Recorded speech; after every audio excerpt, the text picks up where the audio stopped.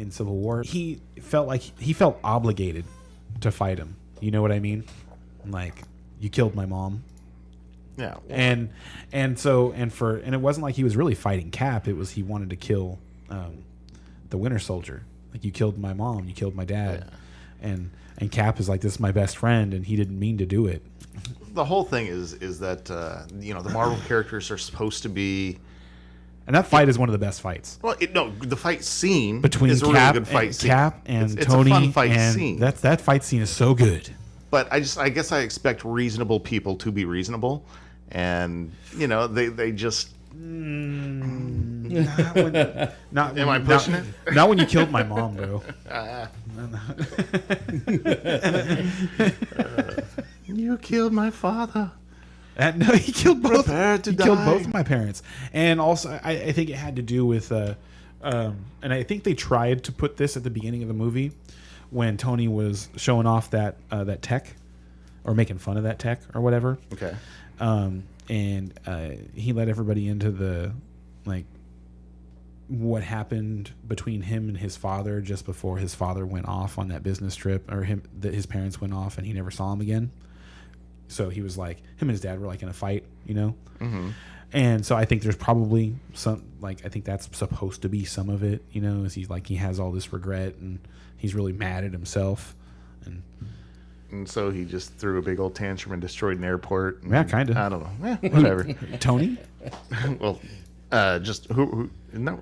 Tony. Well, yeah, Tony destroyed the airport. Tony. Oh, yeah, but Tony didn't really helped go out there to destroy the airport. He was out there to arrest Cap at that point, which was going to entail destroying the airport. I mean, come on.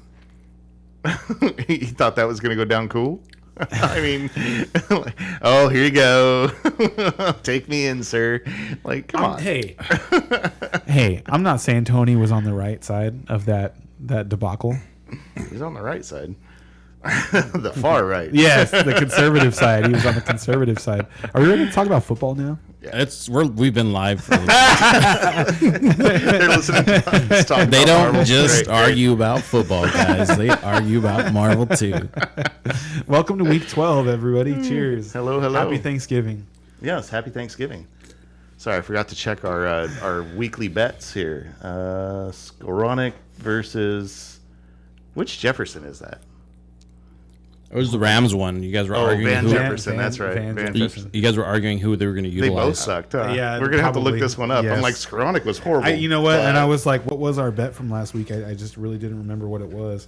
And then Sutton versus Devontae Smith, another one we're gonna have to look up because. Devontae Smith won that one. Did he? Oh yeah, Sutton Okay. was horrible.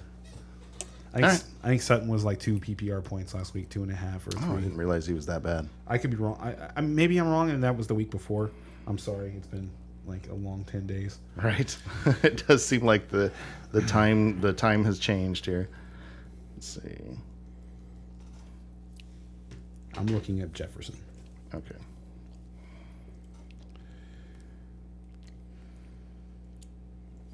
Today's podcast is brought to you by He had 5 targets last week. Elysian Dank Dust Indian Pale Ale.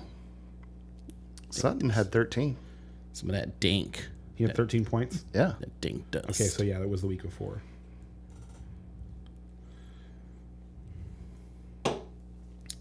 Skowronek had 4 targets. Yeah. And what did Jefferson have? 5. You always beat me by 1. You suck. It's kind of true, actually. He like barely beats you. The cash lineup today, he beat me by 1. Isn't that the opposite of suck? Oh, also, Devontae Smith was 13.8 points. Oh my God. So I lost by 0.8 on that one. So you can drink twice for sucking twice. So I lost How much can you suck in fantasy football? I lost Seriously. 2 shots by a total of 1.8. Cool. Totally deserved. Listen, He beat me last week. just get better. Get better. Comes down to the fractions, people. Oh my God, I crushed you this week. You crushed me. When I win by like 30. When you win, I win by like 1. But I'm just saying. All right, I'm taking it. Oh man, Wow. good week. It was a good week in fantasy football. Man, I can't believe I lost both of those. I can't believe they were that close. Yeah. Like, Hey, you lost to him by like a point in DraftKings too. yep. Yeah. 1 1/4 Yeah, points, I that's- think. that's- Talking I about was- like barely losing, you barely lost. Like you got 75.5, and he got But that's 3 consecutive weeks in DraftKings, and you did lose to me by 30 last week. Wait, what? Oh, he's lost 3 consecutive weeks. To Oh, me, I see. Yeah. No, he's lost twice to you. 3 to me. I won 2 Oh, 2. consecutive. You won 2 in a row. Yeah, but I know. But I'm just saying he's. Ray won that last week. You Oh. don't. I'm sorry. I'm sorry. I'm not saying I'm the winner of the week. I'm saying I Gotcha. defeated him. And and I am because like we have a standing bet that goes every single week. You know, the loser pays for dinner. Yeah, I was just a little slow on remembering that. So anyway, should we slide into our Homer moment now that we've all enjoyed? Go ahead, Brian's, man. You get Brian's to stuff enjoy Homer? yours, man. You got to enjoy yesterday. Oh, was it just yesterday? It was. Huh? Yeah. How quickly they forget. Let me see. These two selected the Vikings to beat the Cowboys on Sunday. And I'll let you in on a little secret. Anytime the Cowboys play anybody that has a decent chance of beating them, I'll pick the other team just because I enjoy picking Outstanding. against the Cowboys. It just Outstanding. makes me feel good when they lose. You're gonna be feeling bad this year. We'll see. We'll see. They look. Now, and you guys they look like, awesome. You guys look like a really solid playoff team. I mean, I think you're probably the 3rd best team in the NFC. We're no worse than the 2nd best team in the NFC for sure. Like the Eagles really aren't very good. They should have lost last week again. The Colts missed a field goal at the end of that game. So you think it's Niners, Cowboys, and then Eagles? Oh, obviously I don't. Obviously I think it's Cowboys, Niners, Oh, and then Eagles. However, But you can see- I'm totally fine with the Eagles winning the division and the Cowboys having to play the 49ers in California for the championship because then I get to go. Nice. Yeah. So, because that'll be a thing, and also the Cowboys kicked off their last dynasty with an NFC Championship win in San Francisco. So it would just be nice to do it again 30 years later, and it is exactly 30 years later. In case you didn't know. And I tell you what, that would be one heck of a game. That'd be fun. Oh yeah, I think it would be an outstanding football game. Yeah. Yeah. What are the Cowboys sitting at right now? The record 8-3. 8-3. Yeah. Their tight ends are so hard to differentiate. They're all 4 of those guys are really good. The Cowboys? The Cowboys. Yeah, well, there's one that kicked my ass yesterday. Dalton Schultz. Yeah. Oh, I was laughing. I was laughing so hard at that. Like you've been having some interesting luck in that particular league this year, sir. Dude, I'm looking at that. And But hey, he has. But I'm playing against Hawkinson and Thielen, so I have little sympathy for you. So, but really quickly, Dalton Schultz only had 4 targets in the game, so it wasn't like he had a monstrous game. Like it was a lot he only of had 4 points. targets. What, 2 touchdowns? Yeah, 30 yards too. Yeah, yes, it was like something like 4 targets, 31 yards, and 2 touchdowns. And the thing is CeeDee Lamb set up both of those touchdowns. And they tried to get him the ball at least one of the times to get him the touchdown. Anyway, CeeDee Lamb is really the takeaway from the game. He's just a monster. Like he looks awesome. He's finally taken over that alpha role. Yeah, really. And I haven't watched a lot of Cowboys this year, and so I'm curious. Like for next year, is CD going to be a top 5, top 6 pick in the receivers? Oh, absolutely. And like what I would say right now is earlier in the year I was offered a trade. I was offered CD for Debo, and I wish I had done that deal. Yeah. Well, I'm now looking back at it, but Dak's just going to him in all of the important times during the game.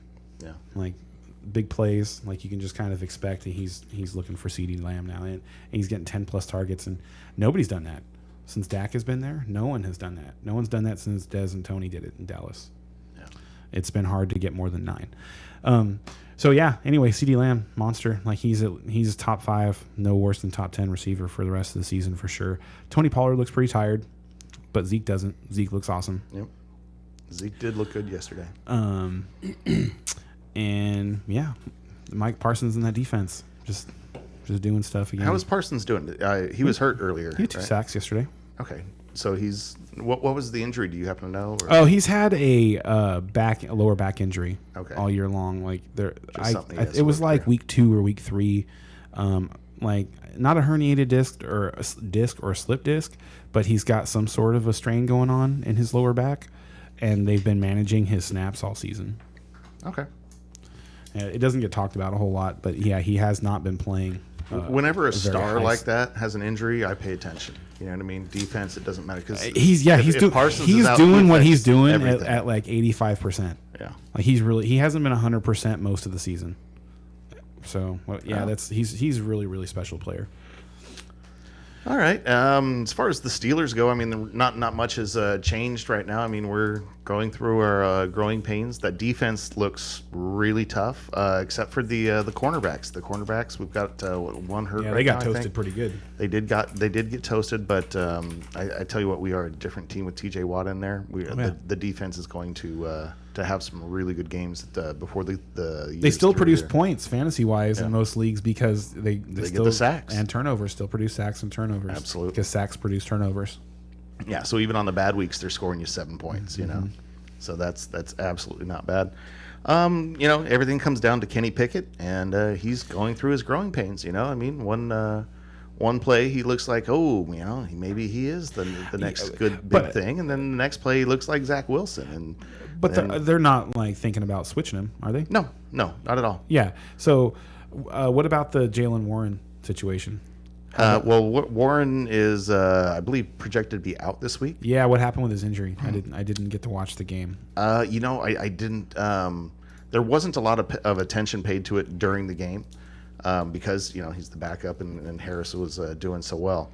So they didn't put a lot towards it, but honestly, I just saw that he was going to be out this week, and that's kind of what made my decisions. I haven't looked deep into Warren. You think that's going to keep going on? Najee's going to keep having big games? If he keeps the last 2 weeks, it looks like he's had more juice than before. It's one of those things that is he getting healed up from the the foot injury? He looks pretty good. There was a run where I assumed it was a Jaylen Warren highlight because they've been talking about how spry he looks, and it was, that was Najee. That was Najee's touchdown run. He looked really good on his touchdown run. Yeah, I like to yell Najee at the TV, Najee, whenever he has a great play at home. And kids hate it, but that's my thing. And for so many weeks, I just haven't been doing that. You know what I mean? And then this last week, just constantly, Najee. It was great. So, of course, we still lost, but anyway. As could have been predicted, Whatever. By those Bengals who just continue to take steps forward. Yeah, no, that was a tough matchup, and they're definitely they're hitting their stride. So we'll see how the Bengals do. I don't think they're going to make a run like last year, but they'll make it to the playoffs. I think the Bengals are pretty good. Injuries always play a big factor, but the Ravens don't look very good to me. The Ravens offense looks dysfunctional, but yet they have a really easy schedule coming up, and so I agree. I think they're definitely going to make the playoffs, and they might be they might win the division too exactly. because of the head start that they got. Yep. But they both have good schedules down the stretch, so I expect both of them to make the playoffs. What about Rams house? I was just excited to see Bryce Perkins finally play. Like him? I wish I would have saw more of him. They only let him throw the ball 3 times. He's going to start this weekend. There you go. We're playing against Which is Chiefs. why everybody's so excited to start the Chiefs defense. Hey, well, from what I saw from him, he's going to try to get first downs with his legs. If he doesn't see it, he's going to go for it. Yeah, I think he's an interesting start in tournaments. I wouldn't want to start him in cash, but starting him in a tournament, I think that's an interesting play. So should we jump into the games, or do you? I think so. I don't know. Is there anything else going on? You guys have some more. So I want to ask you what you think, I guess, about the Rams running back situation. It's the same as it's ever been, really. I know they got rid of Henderson or whatever, but none of them are really doing anything. I want to see fresh legs, fresh bodies. I saw you made a move for Cam Akers today. I picked them both up, but because it seems like I have some faith that Sean McVay is going to get some things worked out by the end of the year.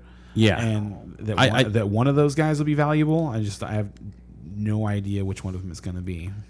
Well, and I'm starting to think, how valuable is he going to be? You know what I mean? Because if it's Cam Akers, I don't see a ton of value there. That's a very low end number 2 running back, more like mid number 3, like somebody maybe you want to flex but don't really want to. Like, that's not really who I'm looking to grab right now and hoping, crossing my fingers for going into the playoffs. You know what I mean? I want better prospects. Like I want a Rashad White or something like that. That's where I'm agreed. Going sprint. Totally agreed.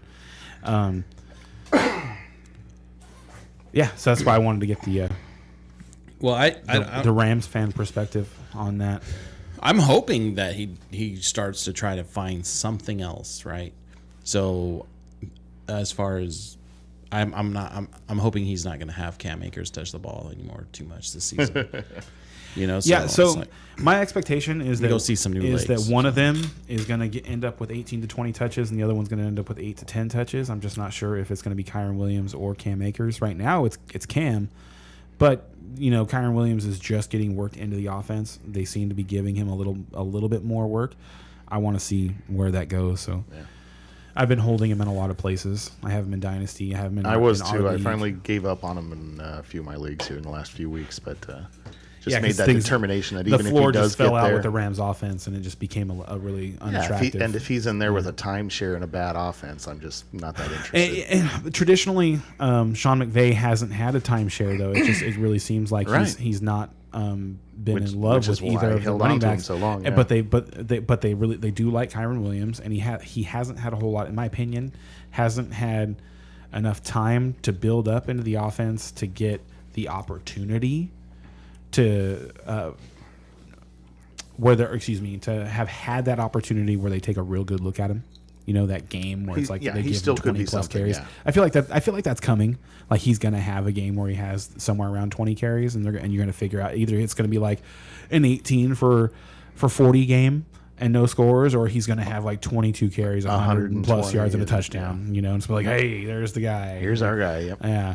And I mean that's like the dream scenario. I think, and I don't see that happening at all with Cam.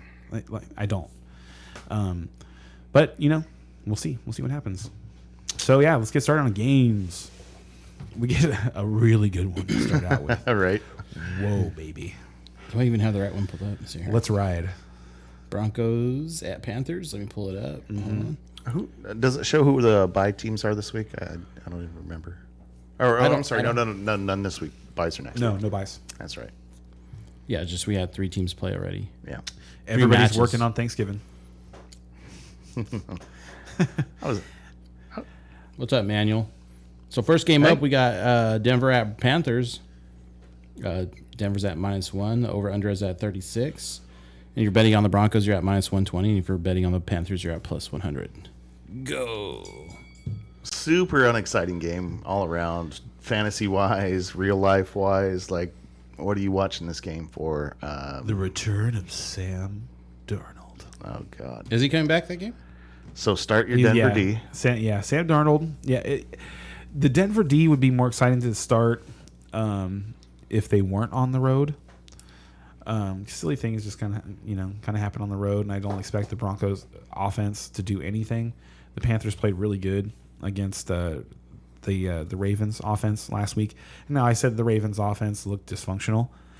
And that's true, but the Panthers also did play tough defense and held them to 13 points. I think, despite the fact that Baker Mayfield couldn't do anything, they couldn't do anything on offense. It was some ineptitude at its finest. Hence Sam Darnold. Hence Sam's return, and it's funny because to be honest with you, I'm a little afraid of what Sam Darnold and DJ Moore are going to do.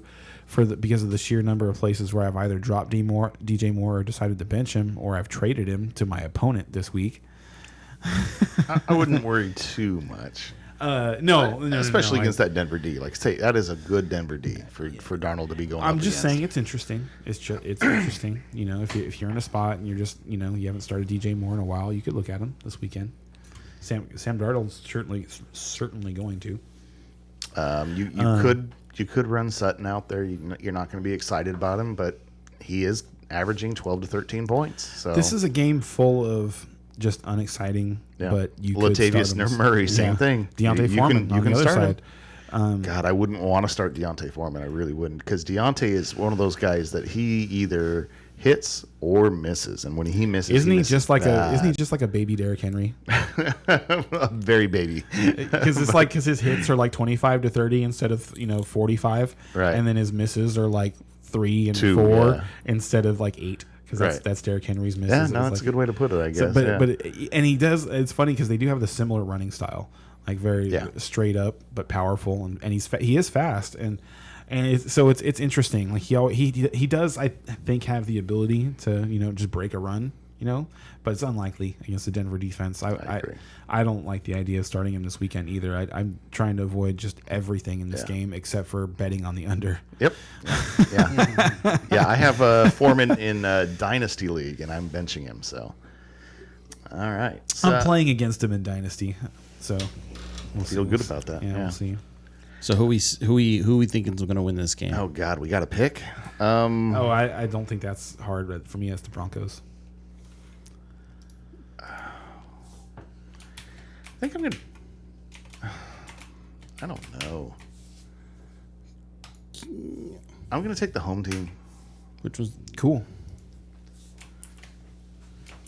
That's Talk about a 50-50 coin You're flip betting that I me. don't want to bet on. I meant to pick the Pat. You know what? No, I apologize. Hold on. I forgot about Darnold. I was like, Darnold, I was going to Darnold, say, yeah, it is Darnold, like it's very I can't bet on Darnold. It's very posh. Give me the Broncos. to bet against Russ Wilson in 2022, but when Sam Darnold's on the other Yeah, side, really? yeah. Come on, enough's enough. You're right. I'm You're picking right. the Panthers solely because He's trying to catch up to no, now, so he's just going to dig himself a deeper hole. Instead. no, I meant to pick the Broncos from the get go. I just put it in my name in the wrong spot. Just because I feel like the Broncos are a more rested team. Other than that, it's a coin flip. So you're going to pick that. Those are the reasons you're going to pick the Panthers. No, the Broncos. I meant to pick the Broncos. I just put myself in the wrong spot. So we're all picking the Broncos. Yes. We got there, folks. Okay, we now- got there. We got the next team people up can't here. see how funny this is to us because like we're watching Ray. Like Ray puts all this stuff into the computer, and so he's like typing on either side of a screen, and so he's going back and forth on deleting names and retyping names. and it ends up with just all on one side. After 5 retypes. They can Yeah. certainly see this. They can see what's going on the spreadsheet. Oh, perfect! I didn't know they Yeah, could see. yeah, that. they could. I wasn't They sure can. how open. Okay, good. So they know how bad. That's all Brian they is. see. They see that, us three. Okay, cool. And then when we start, actually, I need to switch to camera views because it's supposed to be more so the Excel sheet right now, so they can see what we're doing. Makes sense. So we're ready to talk about the next game, which yes. is actually my favorite game of the weekend. Oh, Fantasy your football favorite. ways. Okay. Yeah, Fantasy no, this football is- ways. It's my favorite game. All right, it's a next fun one. up, we got the Bucks at the Browns. Bucks at -3.5, over under at 42. If you're betting on the Bucks, you're at -180, and if you're betting on the Browns, +155. I was supposed to start that right there. I wish we had come up with an Amari Cooper bet last week because I was super in on the idea of it being neutral ground and therefore it being okay to start Amari. And I think you were still in on it being a road game. I'm glad we didn't bet on that. Like, that doesn't count. Come on, man. What kind of analysis is that? But I did. No, it's and I. Well, I mean, I avoided it because I started him. So, anyway, Amari Cooper has just been awesome. So you got to start him. Donovan Peoples-Jones also. It's just getting it done every week now, and with Deshaun Watson coming back, I think you kind of got to have him on your roster. It's probably too late in a lot of spots, but he might make it into your flex position certain weeks. And, yeah. I think he might be better than that. Like think about how good Will Fuller was, alongside DeAndre Hopkins, right? but he's The no weeks Will where Fuller. Will Fuller and hear me out. Will Fuller, when Will Fuller wasn't hurt, was awesome. You look forward to those times where okay, Will Fuller's going to play, start him. Right. Right? And I think Donovan Peoples-Jones, when Deshaun Watson, gets to town, is going to be similar, except for he just doesn't get hurt. So it's just gonna you're just gonna get the awesome, because he's proven to be durable. He's a big body receiver, and you have Amari Cooper on the other side who's just going to demand a lot of coverage.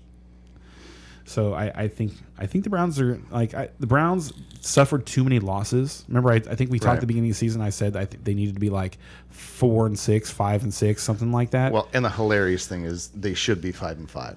Yes, they lost 2 games that were. They blew the game to the Jets. We're 20 points down in the fourth quarter or something stupid.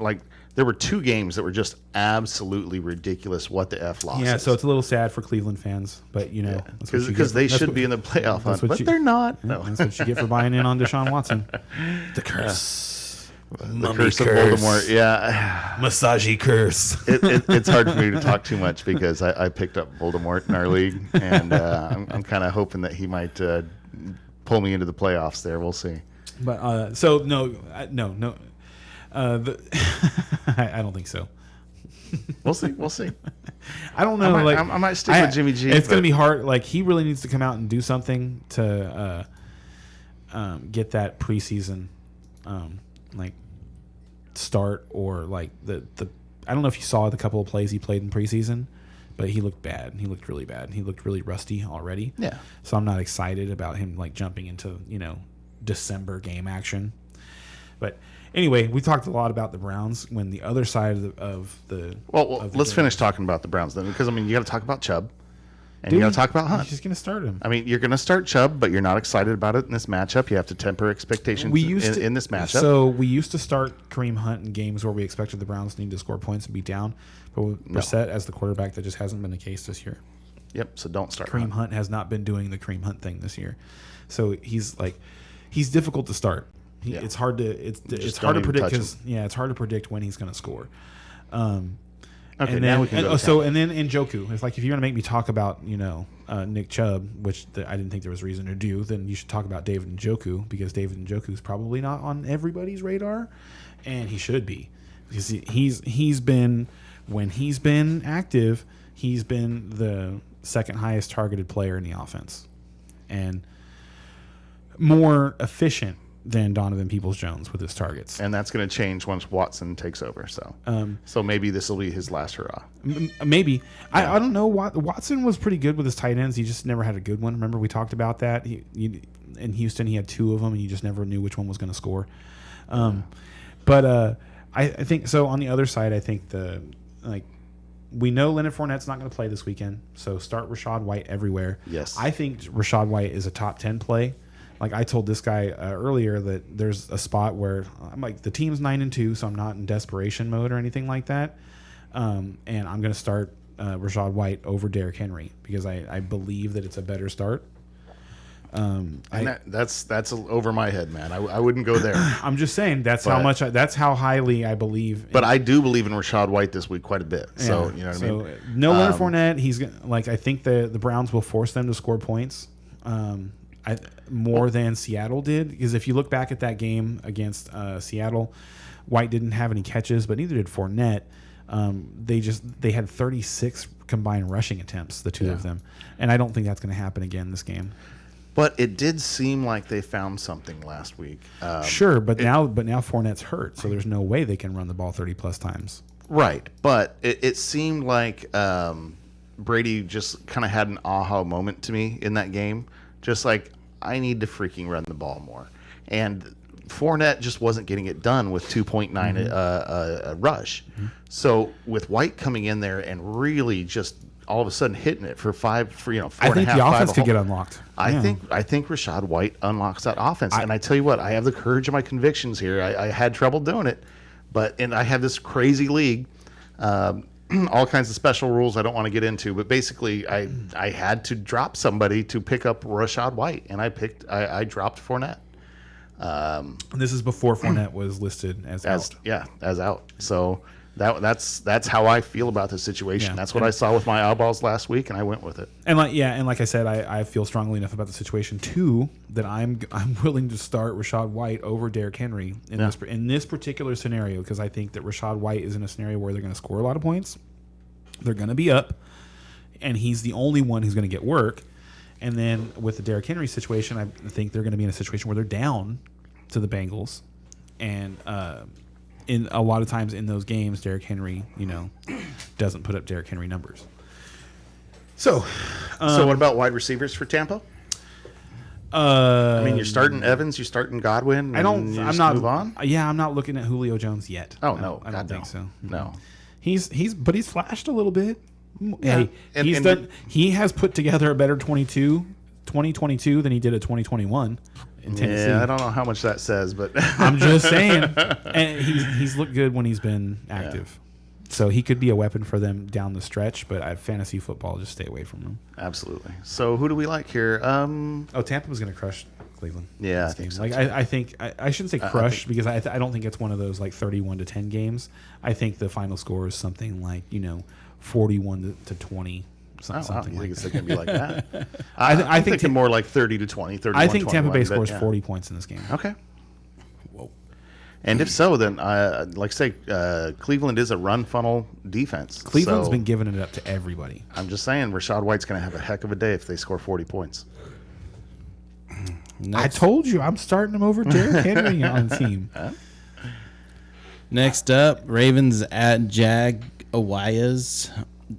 Ravens at -3.5. The over/under at 43.5. Did I say that right? Yeah, I think I did. If you're betting on the Ravens, -180, and if you're betting on the Jags, +155. All right. This looks like a lopsided game right here. I mean, Does it? It does. Does it? Because Carolina was in that game against Baltimore last week all the way until like the 6-minute mark. That's true. I mean, did you really feel like they needed to be, though? Like, I mean, that was like some misplays and like I just... Okay, here's what I think about Baltimore. Mm-hmm. I think that they are capable of beating anybody and capable of losing to anybody. Okay, you think they're one of those teams? Okay, because they made mistakes. They were just mental mistakes right away in the game last week, right off the start. They had a Lamar Jackson 40-yard touchdown run wiped off the board in the fourth quarter. Well, I don't think it was a touchdown run. I think he was just inside the 5 or something like that. And they pick him up off the ground. And he has to march all the way. Take back. the walk of shame. Yeah, because from a holding penalty, and then 2 plays later they're punting the ball. Yeah. And this is against Carolina, and it doesn't make any sense. They kind of seem to lack focus. So I think I don't think they're going to lose this game. It's hard for me to pick them to lose this game. I'm not going to do that, but they could. It wouldn't shock me. And you can mark us all down for the Ravens there. Fantasy wise, I mean you're starting Fantasy Lamar, wise, even though you're starting Lamar, but been, you're starting Lamar probably. No, he hasn't done anything in the unless last you have, 8. well, to me, he hasn't done anything in the last 8 weeks to warrant being called a auto start quarterback. And that's what I was saying. So you're going to start him unless you have somebody like Justin Fields that you picked up. You could have picked up Justin Fields. Justin Fields this week is say a that, big but question you mark. say that, but in the last month, Lamar Jackson. Oh no, or Jimmy Garoppolo. Oh gosh, probably pretty close to even. Yeah, Garoppolo. Is it really? Yeah. Yeah. Wow. And over the last 6 weeks, Lamar Jackson, Aaron Rodgers. Really? It's he's got a couple of weeks where he's in our 6-point per passing touchdown league. He has a couple of weeks where he's under 17 points. They've been really he's had some really, really shaky starts. And in the game against the Panthers, I think it was the second drive of the game, they're moving the ball, they're inside the 30, and he gets picked off by a defensive lineman. And this the guy he was not some freak of an athlete defensive lineman. He looks like it wasn't T.J. Watt doing it. Huh? No, it was fat Troy Polamalu. Yeah. I don't know. Didn't catch the guy's name that caught the ball. All I could think of when I watched it happen was has Lamar Jackson never played Madden? I know he's played Madden. I know these guys, the younger generation of players, they play a lot of Madden, and it's that is the simplest thing in Madden, that you have a crossing route. You you have to wait for the crosser to go across the defensive tackle, who's gonna jump up and put his hands up and block the ball, or you could be throwing into a window where a linebacker has dropped into coverage in that window. So you're waiting for him to clear across that window, and then once he gets past that defensive tackle, either the defensive end has pinched down and you're Lamar Jackson and you can run outside, or the defensive end has gone wide and there's a large window for you to complete that now wide open crossing route. And if he just waits half a second to make this pass attempt, it's not an interception. It's maybe a touchdown to Mark Andrews, because Mark Andrews is already open. He's already got like a yard of separation. If I was a Ravens fan, I would have been furious watching that, because that's just stupid. It was a really, really, really bad interception. It is kind of hilarious that they're 7-3 and leading the division by a good amount, and they have looked bad. You know what I mean? Like they don't look like they're going to go very. And you know far. what it they're is? Going to make the playoffs. They don't have a running back right now. This is like the first time I can think of in Lamar Jackson's tenure that like whoever the running back was, whether it was Gus or whether it was J.K. Dobbins or who I forget who they had before then. I think it was he's in New Orleans now. That's gonna come to me in a second. It bothers me. Anyway, they've had a running back that they could lean on and give the ball to 20 plus times, and he was going to punish the defense and keep the defense honest for all of their little rollouts and stuff like that. And they just haven't had that in a while. And it's not, because Lamar Jackson, like drop back passer, that's a losing proposition. So maybe when Gus Edwards like really gets back in that backfield and healthy, which might be this week, but probably next week. But if he's back there, I think that that takes that offense up a step. But we'll see how big a step that is. I'm gonna wait until I see it. Yeah, no, I would too. I'm not gonna predict the week where Gus Edwards has 20 plus. But I definitely want Gus Edwards on my bench. That's for sure. I want him on my bench just in case. Based on what I've seen so far this year out of the Ravens offense, I'm not doing that. You're not even stashing Gus Edwards? Mm-mm. Oh, that's a mistake. No, I feel like there's better opportunities, because like you could have been stashing Rachaad White, you could have been stashing Isaiah Pacheco, and I would rather have a handcuff at this point in the season. I'd rather have a handcuff for my guy. Anyway, than be betting on that to happen. I disagree there, because I think Gus can have some big games at the end of the year. I'm just saying, because he's one of those guys I want to see. That hasn't happened at all yet. And he hasn't had the opportunity yet, dude. We're we're in week 12. Right. Like this is like to me that is not any different than talking about the Kyren Williams situation, because there's been no running back that has done anything special. Like there was no like. But Kyren has got to see the field a little bit, and Gus hasn't. They've seen this field about the same. Gus had one game and he played pretty well in that game, and then he got hurt again. Agreed. He got hurt again. Yeah. I'm just You're making my point for me. What do you mean I'm making your point for you? Your point was that you think it's a good idea to stash him in week 12. Exactly. I don't when think he's so. In there, I don't think it's a good week. I don't think it's a good time to be stashing guys like that. Like to me, you have to be like desperate for something to happen. Like for me. So the only reason that I'm willing to stash or to on my roster right now in the league that we share together, I have Kyren Williams and Cam Akers on my roster, because I'm looking for something to happen for a third running back. I have Dameon Pierce and I have Zeke. I'm more invested at receiver. I'm worried about something happening to those guys, and I kind of am like looking for something to happen. But like, if you're in a position where you're getting ready for the playoffs, like I'm not excited about that. Like that, I'm not excited about that at all. That's not where I want to be.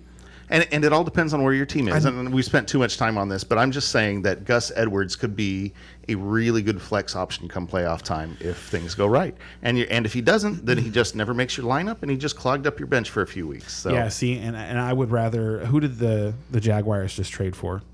Who they pick up behind Travis Etienne now? There's somebody behind him now. They just picked up Darrell Henderson.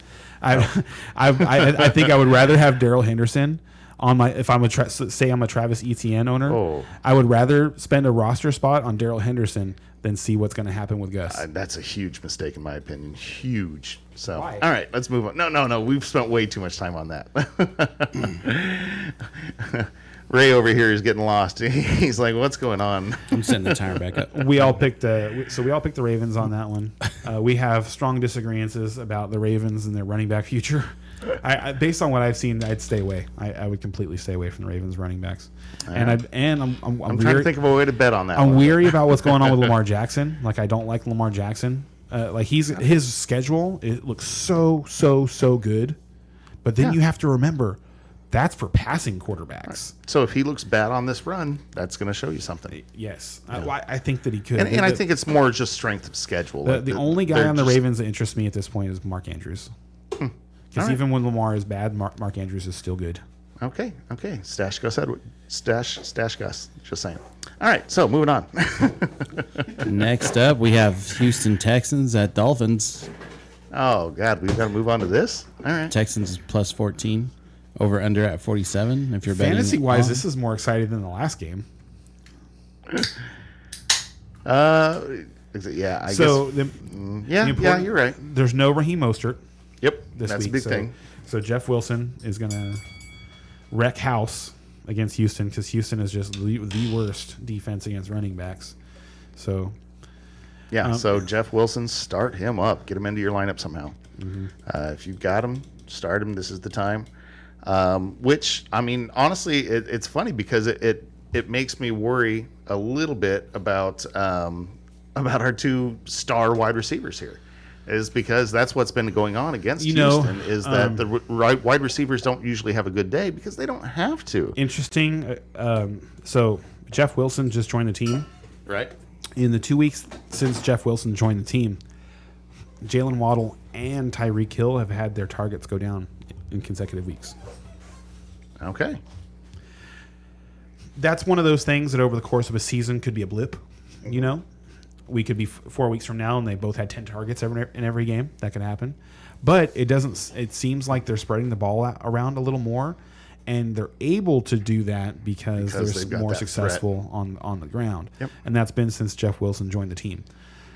Makes sense. Now, Raheem Mostert's going to miss the game. Does that mean they're going to throw the ball more? don't know because they might not have to. Because they can only give the ball to Jeff so many times. Yeah. I'm still like you're still going to start Tyreek Hill. You're still going to start Jalen Waddle. Happily start But them. Jeff Wilson is the play of the game for sure. Play the game for sure.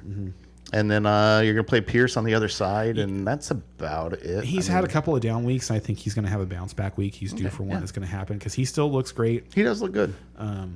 I don't think that he's hit a rookie wall.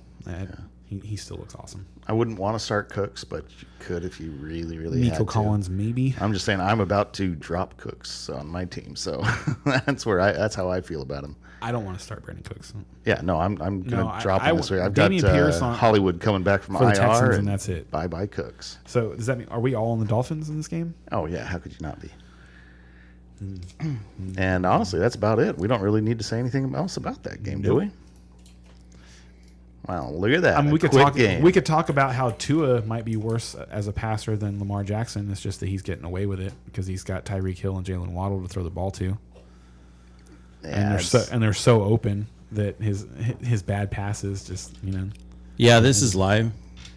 it doesn't matter. I answered that all hell late, too. I'm sorry about that, dude. is this live 20 minutes later? Sure is. And please, if you guys are listening out there, we love questions. We will definitely take a break and answer some questions, some start-sit questions, some pickup questions. Like I say, we're here for that. So if you got any questions, send them to us. We're totally into it. All right, moving on. Are we? We're moving on. Yeah, next up we have Chicago Bears at New York Giants. Chicago plus 6, over under at 38.5. And if you're betting on the Bears, plus 200. If you're betting on New York, minus 240. I'm sorry, what was the line again? Jets minus 240. no, Minus 6. spread -6. Okay, thank you. Okay, so yeah, Jets are at home with that killer defense, and Justin Fields is going to be a game time decision, so we don't know what's going on there. Here's the thing. I really like Justin Fields. If I am the Justin Fields owner, I am worried this week. I am worried. Like, Justin Fields has been amazing in this stretch because he has run the ball so effectively. Yep. And if he's hurt and they want to take it easy and make sure he doesn't get too many hits but in it's this a game, shoulder injury. that's what I'm saying. So they They might just tell him to slide. Oh, no. Like I think if he alters his game, like this is what he had to do to be good. Like this is Justin Fields' game, and now if they have to alter it to like get by for a couple weeks because of an injury, I just don't see it going well. I think this is going to be bad. I think the Jets are going to roll, even though they've got was it Mike White in there as quarterback now over your boy. Yeah, Zach.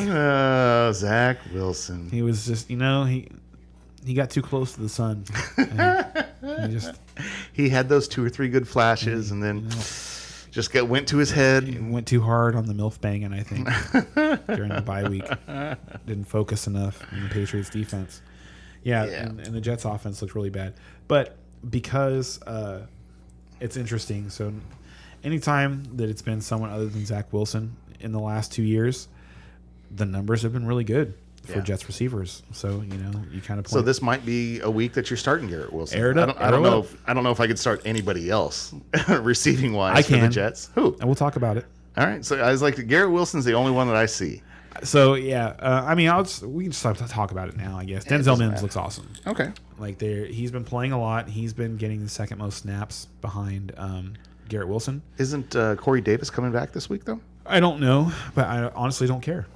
Oh, he looked good in that offense. He's man, fine at the beginning of the year. But so Denzel Mims is the freakiest athlete of the wide receiver core, for sure. Like I think, really? Yeah, I think Garrett Wilson is ultimately the best receiver, but like Denzel Mims has some like DK Metcalf to him. Like he can run, he can jump, he's huge. He's like 6'3", 230. Like he's a big dude, and Zach Wilson has been going to him a lot. Numbers don't look great because, Zach Wilson. It's been Zach Wilson, but damn you, Zach, make me look like a fool.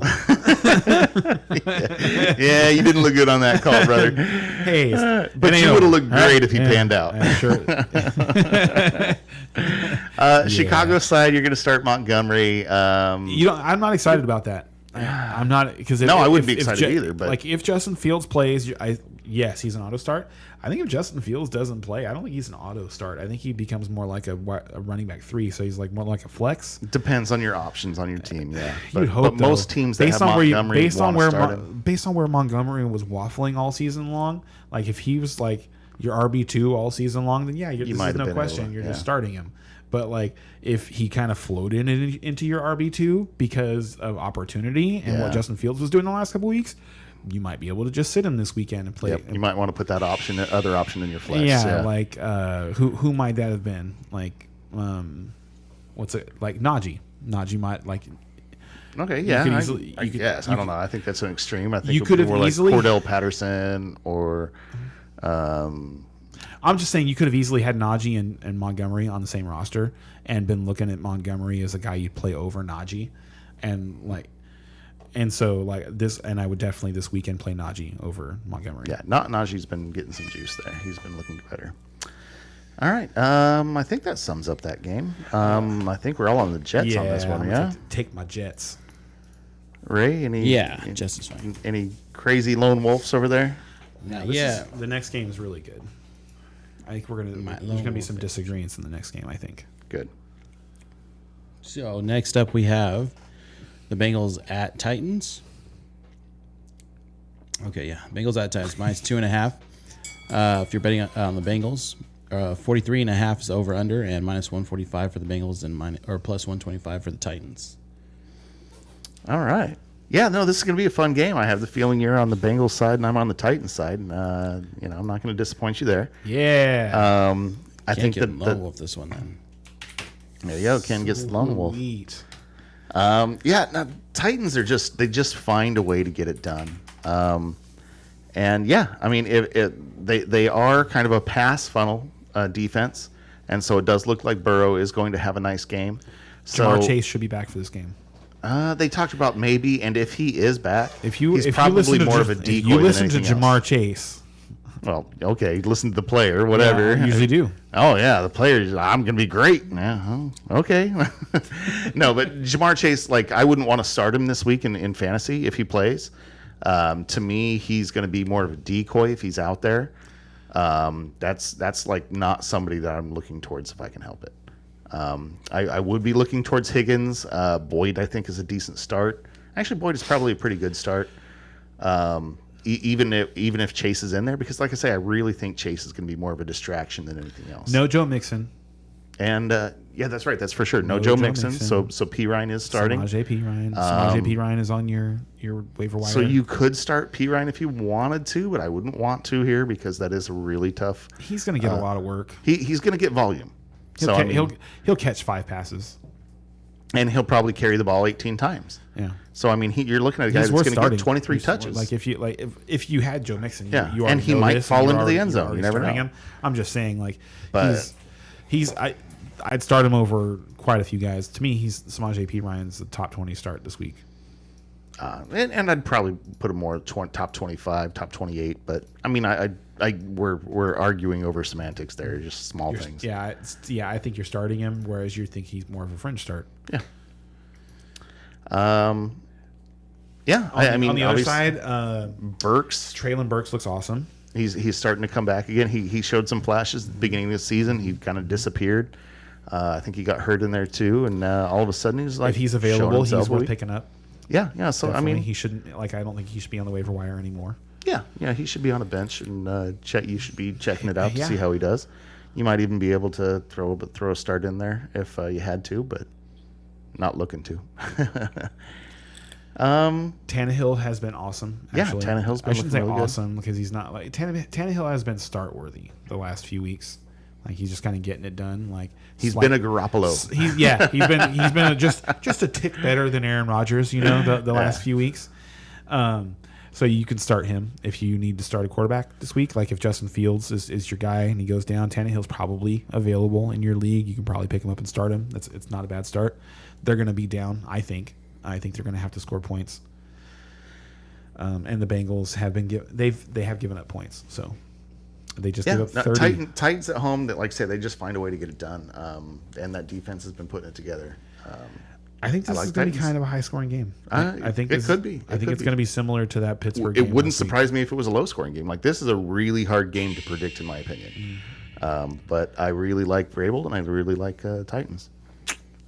So there you go. And I like the Bengals and Joey B. Joe Cool. Oh, put me up there if you don't mind, there, Ray, under your name for the Titans. Oh yeah. There we go. Allies. That's going to be a point against Ken. I don't want to forget that one. Bengals lone wolf. All right. That feels good. Next up, we got Atlanta Falcons versus Washington Commanders. The Falcons are at +4. The over/under at 40.5. If you're betting on the Falcons, +165. If you're betting on the Commanders, -195. Is it just me, or does it feel like the Commanders are starting to put things together a little bit? Like I'm all going of to a pick them this sudden- week. Yeah, I am too. The defense looks good. The defense looks good, and the offense looks serviceable. You know what I mean? Like good enough. Gibson looks good. McLaurin looks great. Heineke looks okay. Okay. Taylor Heineke looks okay. He is gonna give up 2 to 3, opportunities for interceptions, just golden opportunities for interceptions a game. It seems like, because even last week against Houston, Yeah, he's been doing it. it just seems to be what he does. But the running backs look great. Well, I wouldn't say running backs. Brian Robinson has been kind of. Based on what they ask him to do, I still think that he looks really good. They ask him to make tough yards, and he always seems to take 2 or 3 guys to tackle him. Like he just has guys all over him whenever he goes to the ground. It seems like every time. So I kind of feel like it's just a matter of time before he has a game where he just busts a couple. He just had one of those bad Derrick Henry weeks where he got bottled up. And yeah. now he's going to do his mini It's just Derrick that- Henry and yeah, break it's just out next his, week. His bad Derrick Henry weeks are 15 for 57 instead of 25 for 87. Right. So, but I think he looks good. Like when he's running the football, like if you need to get a yard, he'd be among my top choices to do that. Okay. Logan Thomas has been sneaky, getting more work lately. He has, but I mean, he's just like And blipping onto the him radar. And, He's him not and somebody you want to Heineke, start. him and Heineke have history together. They've played together in Remember last year the and same stuff. offense for a while. Heineke's been there for 3 years now. Yeah, no, I get it, And but I'm just saying that Logan Thomas isn't going to be much. He this had year. end zone targets. I'm just saying. Like, Tight ends suck, so he has to be on your tight end radar. I agree with Yes, that. I that's- agree with that. That's all I'm saying. Okay, that's fair. That's all I'm saying. That's fair. I said radar. I didn't Yeah, didn't say don't- go get don't- Logan don't Thomas start and him, start him. I but didn't yeah, say that. okay. Like Kyle Pitts just got put on IR.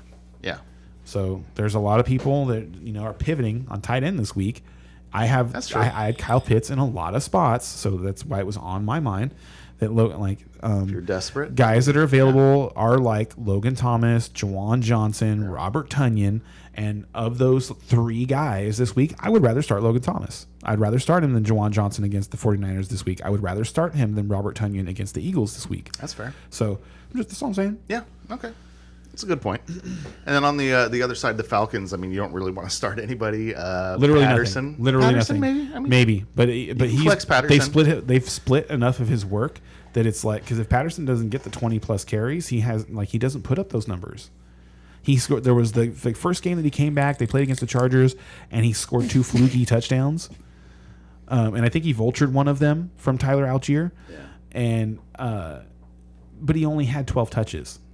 And so I don't know. I don't trust anybody from the Falcons offense right now. And the Commanders defense has been playing better. So. Yes, exactly. So we all going Commanders in? Yeah, we're all to going me, Commanders. I think that Drake London is like a sneak. It's like I think he still costs too much to be like a sneaky dart throw. Oh, in DFS. Yeah, because he's Okay. still like 5,000, 4,800, 5,000 or something like that. But in a cash game, he could be worth your while because it doesn't take much for him to do it. With Kyle Pitts being out, there's going to be less targets. But you can't go cash with him because, I mean, he could goose you. He could do nothing. I don't think that's that going to happen. Falcons offense. Probably with the not. lack of Kyle Pitts. But it and, could. And the Commanders have been susceptible to wide receivers this year. Okay. I'm just putting it out there. That's not where I'd want to be. But That's the other possibility. in the that game. is the other possibility in the game. That's fair. All right. And the Commanders are going to win. There you go. See, look at that. We're on time, producer. Yeah, we're starting to kill it there. Chargers at Cardinals. Chargers are at -2.5. Over under at 48.5. You're betting on the Chargers -145, and if you're betting on the Cardinals +125. Justin Herbert is going to have his best game this week. I hope so. If not, I mean, my God, what's going on?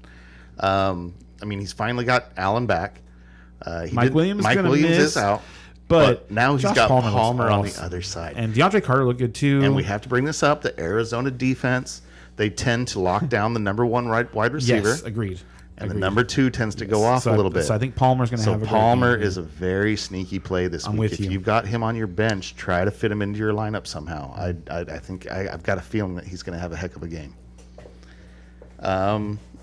Arizona side, I mean, let's see. Oh, and also Chargers. Who is that? Everett. I mean, start Everett because the Cardinals defense is the absolute worst against the tight end. I mean, the analysis from the footballers this week on how the Cardinals cover tight ends was very funny. the 5 worst of all time is Cardinals, Cardinals, and then somebody else. That was hilarious. So I think the Chargers are just going to cook the Cardinals this week, like especially coming off that tough loss against Agreed. Kansas City. I think they're going to smash the Cardinals. Yeah, and I think they need to if they're going to make any kind of run towards the playoffs. If they're going to show who they are, I mean they got. And I still think they are. I still think think they're I do too. I second think best they're a team good in that team. division. Yeah. I think they're a good team. See here, Connor, you can start if you need to, but Oh no, definitely try start not James to. Conner. No, disagree. Really? Oh yeah. Okay, why? disagree. Just because the Chargers have been a little. They kicked Eno Benjamin out of town, so all the work is back to being Connor's, and he looks pretty good. And the Chargers have been bad against running backs. Let me look up Connor real quick. I want to see what he did the last couple weeks. It feels like he I think didn't it was do much the last I feel couple like it was weeks. like 18 PPR points last week. RS German wants to let us know that he traded Pierce and Olave for Chase. Here's I like that. I like for this that year, too. Yeah. Yeah, man. if you're running into the playoffs, I like that. Yeah, a you're lot. going into the playoffs. You want that monster. I like that. He actually said likely got to buy for the playoffs. Oh yeah, dude, great trade then. Yeah, that's what you need to be doing, is upgrading it where you can. I love it. I love it. Yeah, I like Connor a lot. So in that game, that was on Monday night. It was kind of rainy. The Cardinals were out of it kind of early, and they gave up really fast and put in reserves. And he still scored 13 against San Francisco. Keontae, and that's without playing the fourth quarter. No. He didn't play at all in the fourth quarter. Okay, you're right. He was better than I thought he was. So yeah, start Connor. James Conner to me. So I just in the ESPN league I have with my coworkers, I just traded Alvin Kamara at the deadline and got Montgomery and Connor. Okay, I mean, hopefully you're going the other way and trading for to get the big talent, but there are definitely situations And you where you say need to that, go the other way. and you say that, and I think that we are going to eventually see Jameis. Okay. And when we see Jameis, Kamara isn't that supreme fantasy talent anymore because Jameis just doesn't. He doesn't want to. I have a strong feeling check the ball down. If I had to place a bet, I would bet that Jameis does not see the field again this year. I think they're resting him. I think that he has a broken back. It's his foot now. Remember I told But you. he's still got the spine going on. No, I think he's out for the year. I really do. They're saying that the word out of New Orleans now is that he won't be healthy for the rest of the year because of his foot, not his back, his foot. But still, So I think that he will be I don't know. back So up for the rest of the year. I don't know what's going on out of there. You're allowed to have your theories on this show, Yeah, Brian. yeah, fantasy football theories, and my theory on my theory on that is that I do believe that Jameis is going to be back, and Kamara already has been like faltering lately, and I do think I think personally that Montgomery and James Conner are going to outscore Kamara the rest of the way. Wow, how do we put that on the board? Go ahead. Yeah, just against both of one Kamara versus both Individual bets. both of individual Kamara against Yes. Yeah, So two bets. Okay. What up, What a Busy? Where were you last week, man? We were missing you, dude. We're missing you. So We you did heard a that. tribute to What a Busy last week, and both missed it. David Montgomery and James Conner over Alvin Kamara rest of the season. When I was offered that trade, I couldn't believe it. And it happened to be, it was week 11. So this just happened, and I had Ken Walker and Travis Etienne that I had buys, so I had running back spots to fill. And if anybody was curious, both of those guys outscored Kamara last week. That's Montgomery and who's your other one? Connor. Connor. James. I'll go ahead and read the next up. Let's see here. We have a game I'm kind of curious about. Let me just find their woods here. Raiders and Seahawks. Yeah. Raiders against the Seahawks. Raiders are at +4. The over-under at 47.5. If you're betting on the Raiders, you're at +170. You're betting on the Seahawks -200. All right. Well, this is going to be an interesting game, in my opinion. A lot of it is because I really thought the Seahawks defense was really picking it up and going to be amazing. And they kind of faltered a little bit the last week or two, but actually I think there was a bye in there too. But I just want to see if the Seahawks defense is what I thought they were, which is getting to be elite. So I'm curious to see that. And I think the Seahawks offense is going to roll. I mean, I love Ken Walker here. I love both wide receivers here. Raiders defense has been giving it up to everyone. So start your Seahawks for sure. Raiders, Josh Jacobs seems to always be a good play because he's just getting the work right now. I would be thrilled about him in this matchup, but I mean, you're definitely starting him. And then wide receiver wise, I mean, it's just Adams, and he's been scoring 30 points for the last 2 or 3 weeks. just seems ridiculous because I mean he's getting like half of the target share, and it doesn't seem like that's sustainable. But it's not that; it's the touchdowns. I think I want to say he has got like 7 touchdowns in the last 4 weeks. wow, It's like it's crazy. I need to look it up right now, but I know he has multiple games with 2 touchdowns in the last 4 weeks. but yeah, but besides those two, oh, and I'm sorry, I almost forgot the island of Foster Moreau here. Like you have to start that tight end this week if you're having in tight end hell. If you're having problems, like Moreau is this week against Seattle, who is the second worst team in the NFL against the tight end. Like the Cardinals and Seahawks, you want to start your tight ends against them.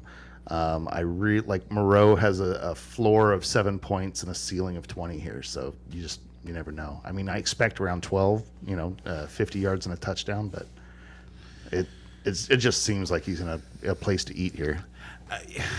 The Seahawks have been horrible, just like the Arizona against tight ends. But yeah, I'm weary of that one because he isn't going to anybody but Devontae Adams and Josh Jacobs right now. Those just seem to be the only 2 people that he trusts to go with the football. And it's 5 touchdowns in the last 3 weeks, by the way, for Devontae Adams. Not bad. That's the number. And before that, he had that game where he had the flu. Yeah. So, on the other side, it's interesting. One of the most consistent players this season has been Tyler Lockett, which is weird because his whole career, the Tyler Lockett experience has been he's going to give you 3 touchdowns every month.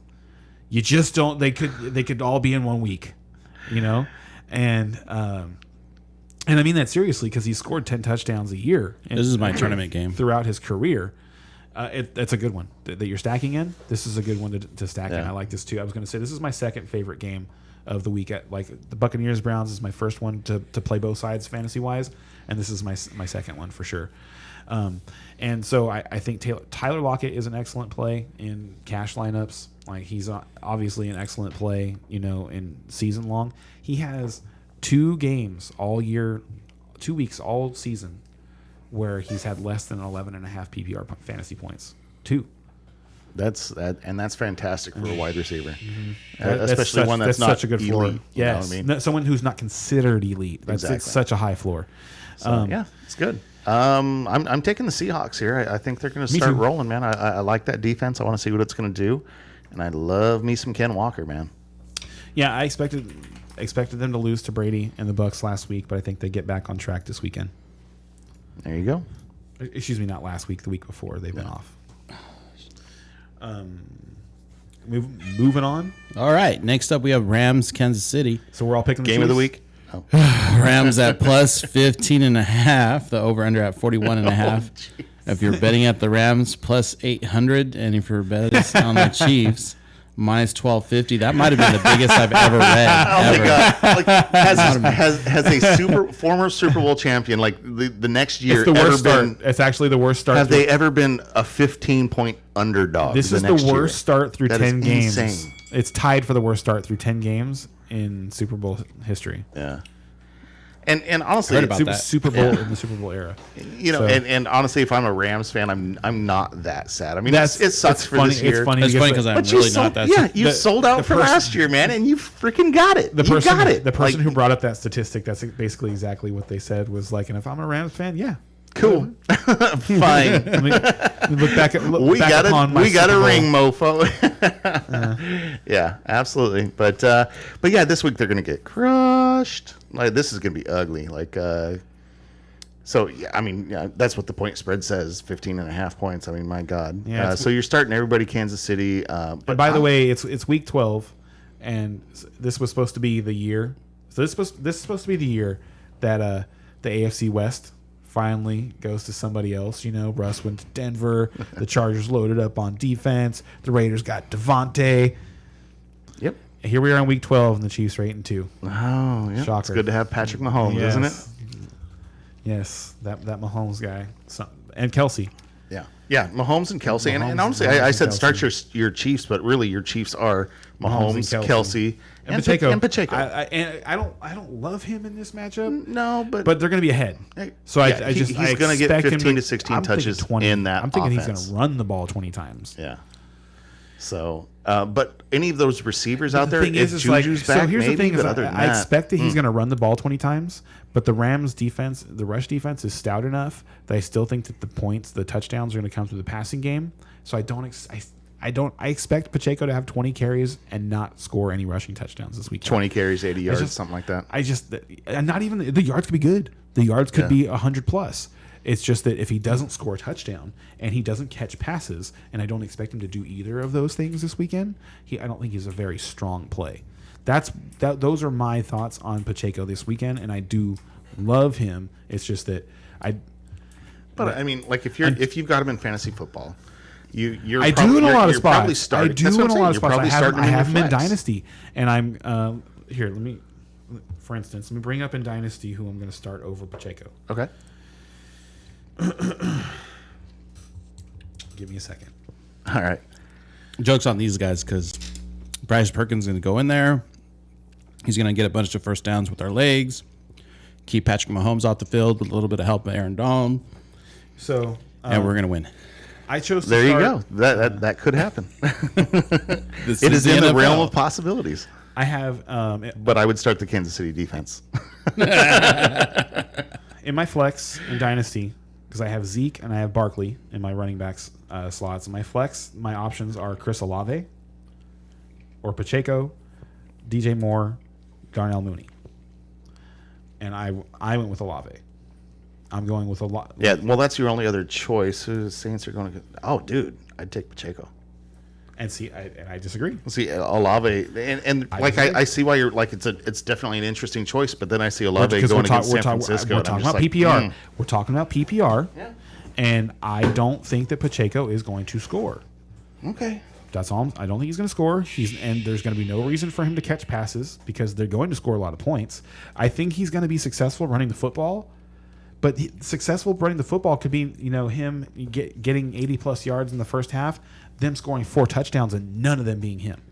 It's possible. I don't know. That 'Cause seems like a weird line to me, but they're so good. The Chiefs are so good inside the red zone at scoring touchdowns, and one thing they haven't been doing is pounding the rock. That's just not how they've been scoring touchdowns. but they got a new kid running the ball, so you never know. And just on the other I side, would love to see that happen for my dynasty team. right. But and for the Rams, I mean, is there anybody we can start here? In fact, dude, I respect your opinion so much. I'm gonna make that switch. I'm gonna start. I'm gonna start Pacheco over Olave. Okay, Hey, I'm gonna do that. Don't blame me next I'm week. not gonna blame you. No, but I'm gonna do that. No, I appreciate that. All right. So where are we at now? Do we all Yeah, pick well, Chiefs? the only thing was, is there anybody? Ray Lone Wolf, the Rams. There, he has My hope. team. Hey, let's take a shot for Ray and his Williams, okay? Where's the tequila? Break it out. Yeah, let's get some Don Julio. Ooh, the Don, very nice. Say a sayonara to the Rams season. Yeah. That's exactly what's happening. Yeah, and yeah, I don't think there's anybody you can start on the Rams this week. Is there? Hey, Van Jefferson. Bryce Perkins. Yeah. No, I wouldn't No do way. that. I wouldn't do that. You can do that. You can do it, everybody. Like I said, no, I do like Van Jefferson. And how you watched the game last weekend, right?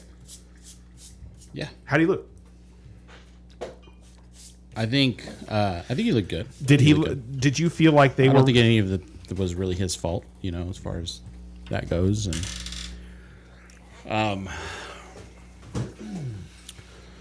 they just didn't throw that much, really, to get a good base on anything, right? Because as soon as and that's what I'm kind of worried about. That's why the only reason I kind of want to stay away from him is until Stafford comes back.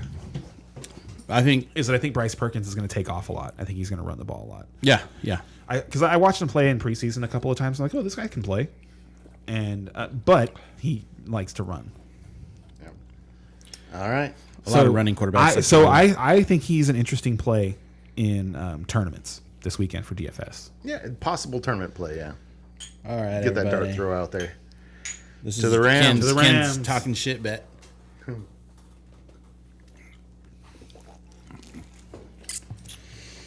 How sweet it was. All right. Next up, we have New Orleans Saints at the Niners. Yeah, New Orleans Saints at the Niners. Saints +9, over under at 43, +300 on if you're betting on the Saints, and -365 if you're betting on the Niners. 49ers going to score 50 in this game. 15. 50. And like I say, I am on the Niners. They at look this so point. good. The Niners look They look great. so good. That rainy field kind of slowed them down on Monday night, but they look so good. Yes. Yeah, they're going to be a tough one in the NFC. I can't wait to see Cowboys 49ers. Honestly, at this Serious. point, I think the Niners are my pick to go to the Super Bowl on the NFC side. I think actually I said that a couple of weeks ago. I think I picked it before the season started. I think I also predicted that Jimmy Garoppolo would be the starting quarterback. That's out there on social media. Hey, anybody that wants to look it up, said it in August. Yeah, honestly, that doesn't sound outrageous to me. But at I all. also picked the Bills on the other side, and that one doesn't look nearly as good. But Josh Allen is pretty yeah, awesome. I was going to say it's too soon to tell there. Like I they agree. don't look like the super team they did 5 weeks ago. The but they AFC still doesn't look great look like and the- can turn into that super team. I think. The AFC still looks like it's figuring itself out, whereas the NFC, the cream seems to be rising to the top a little bit. I do agree with that. And the 49ers are part of that cream. Yep. They are. So start all your Niners. I mean, it's Debo, it's Ayuk, it's this McCaffrey, is another. it's We predicted Kittle. It's multiple 40-point games when McCaffrey Yeah. got traded to the 49ers. We got one already. I think this is another one.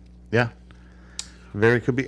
Saints side, like I say, you can start Olave, but it's you just got to temper your expectations a little bit against the Niners. The Saints are.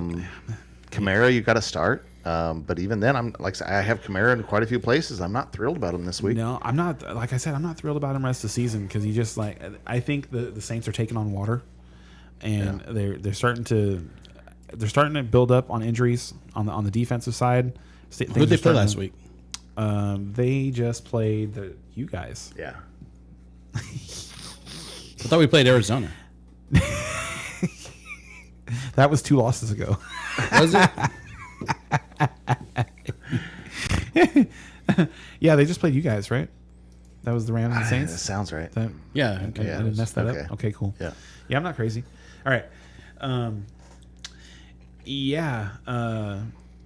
Here's something I don't expect the Saints to be able to stop the 49ers at all. Here's a prediction that I have for the Saints, and I think that Taysom Hill is going to get a lot more involved. Now that the coach came out and said a little bit of that, but I think it's going to be even more than that. Like I think Taysom Hill is going to be a major part of this offense. They're 4-7 at this point, and Taysom Hill looks dang good when he's out on the field, man. He does some amazing things.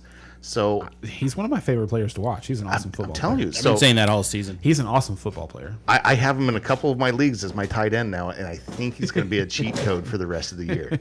Like I am serious. Like I'm excited about having him as my tight end for the rest of the year because he is going to put up some freaking. All right, I'm gonna points. see how many. Hold on. Let me see something real quick. Let me see if he's available in my ESPN league because I have Kyle Pitts in it. Oh God, yeah, it'd be all over Taysom Hill there. Yeah, no, Taysom Hill is going to be really good going forward, guys. If you can get him in your lineup, I definitely would. But even this week, because like I said, he's going to get opportunities. He is available. I'm picking him up. Oh, right now. dude, grab him. Yeah, as a tight end, he is going to just be a cheat for the rest of the year, is the way I see it. So we'll see.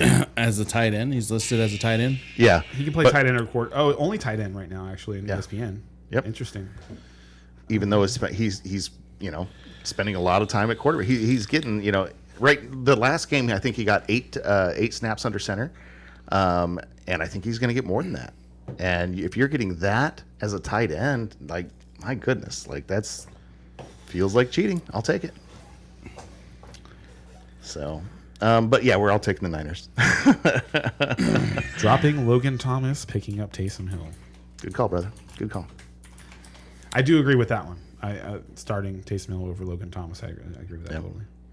So we're gonna do. That's gonna feel good. I have yet to watch Taysom Hill do his thing and be able to cheer for it. I know what you mean. Yeah. You know what I mean. Usually it's happening against me. Yeah, it's funny because Taysom Hill, he was great for a couple of weeks, and then he had those two really bad weeks, and they just weren't utilizing him. Uh-huh. And so He was hurt. He got dropped all over the place. He gets little injuries here and there. Like you see him like almost every play. Something so I happens to snapped him up everywhere I could, man. I'm looking forward to it. That's fun. That's fun stuff. All right, where are we at So- now? Here? So next up, we have Green Bay Packers at Philadelphia Eagles. And we all picked the 49ers on that last game. Yes. Packers are at plus 6.5. Over under at 46. Plus 245 if you're betting on the Packers. Minus 295 if you're betting on the Eagles. And we all picked the Eagles here, right? Nope. No. Here's another. Dude, Ken is all about the Lone Wolves this week, man. It's only 2. I think that's 3, isn't it? That's 2. Yeah, you Okay. jumped off the. You guys were gonna pick the Panthers, and you both jumped onto the Bronco boat. Oh, Remember, that's right. that was fun. Yeah. I was always going was to an pick the experience. Broncos. Yes, that was an experience. I was always going to pick the Broncos. I just messed up on where I was putting everything. Because they've got more rest. Yeah. That's why I see it. Because they're both terrible. So I was like, which one's got a little bit more sleep? All right. So, all right, Ken, explain yourself. Well, I mean, if the Packers lose this game, they'll basically be eliminated from the playoffs, right? Okay, I would say Okay. they are already, but go ahead. I don't know. Mathematically, you're saying 10-7, I think gets in. So if they run the table, okay. I don't think so. When I picked the Giants to have more wins than the Dolphins, I don't think that means the Giants win more than 10 games. Wow. Okay. So now, and they don't hold a tiebreaker with the Giants. That'd be bad for them if that was the situation they got into. But, and I haven't looked enough at the schedule to like make a Nostradamus like prediction, on who they're going to get tied with or whatever. But I think 10 wins will probably get them in. It'd be really interesting if a 10-7 team didn't make the playoffs. I think there's going to be at least one 10-7 team that doesn't. All I was ahead. going to say is, well, so far we've had 9 and 8 teams be the last two. Last year was. seven seeds. I was thinking 9 and 8. Then my apologies. So anyway, 9 and 8 is iffier for them. Oh, very iffy. Right. So when was the last year that Aaron Rodgers completed, meaning he didn't, he wasn't injured, that he didn't make the playoffs? Has there been any? I mean, not Ever? since he's been starting, right? I don't think so. Yeah. Okay. Yeah. So this is going to be the first year. I'm not ready to. You make that call. Go ahead. I do. I I'll put it on the board. You make that call. Go ahead. You want to Bowmore on it? Aaron Rodgers doesn't make the playoffs? Yeah. Oh man. I'll Bowmore that. Hold on. I want to look at their schedule real quick. But I don't even care. But I don't even care what their schedule that's is. They're going something to lose 2 more games. he doesn't even care. I care what their schedule is. I'm telling you, they're going to lose. He's 2 more games. already seen it. He knows. what They the are losses just the Packers are just not that good right now. They just do not impress me. They've been playing better, in my opinion. You're right. And since Watson has been back, they have been playing better. gives them a I will different agree with element that. to their You're right. offense. You're right about that. That it does give them a little something. But they just they have too big a Put it on mountain the to board. climb. All right, Bowmore on the board. Yeah, Packers will make the playoffs. And fantasy prospects. Did we go over that with this team? Not Oh, really? I think this is going to be a fun game. I think this is it's going to come down to the end. So here's the thing that I think about this game. Like the Eagles to me could easily be 6-4. They've been a little lucky, and they should at least be 7-3. Like they should have lost last week for sure. They could have lost in Jacksonville earlier this season, I don't like. I'm impressed by Jalen Hurts and his ability to make plays.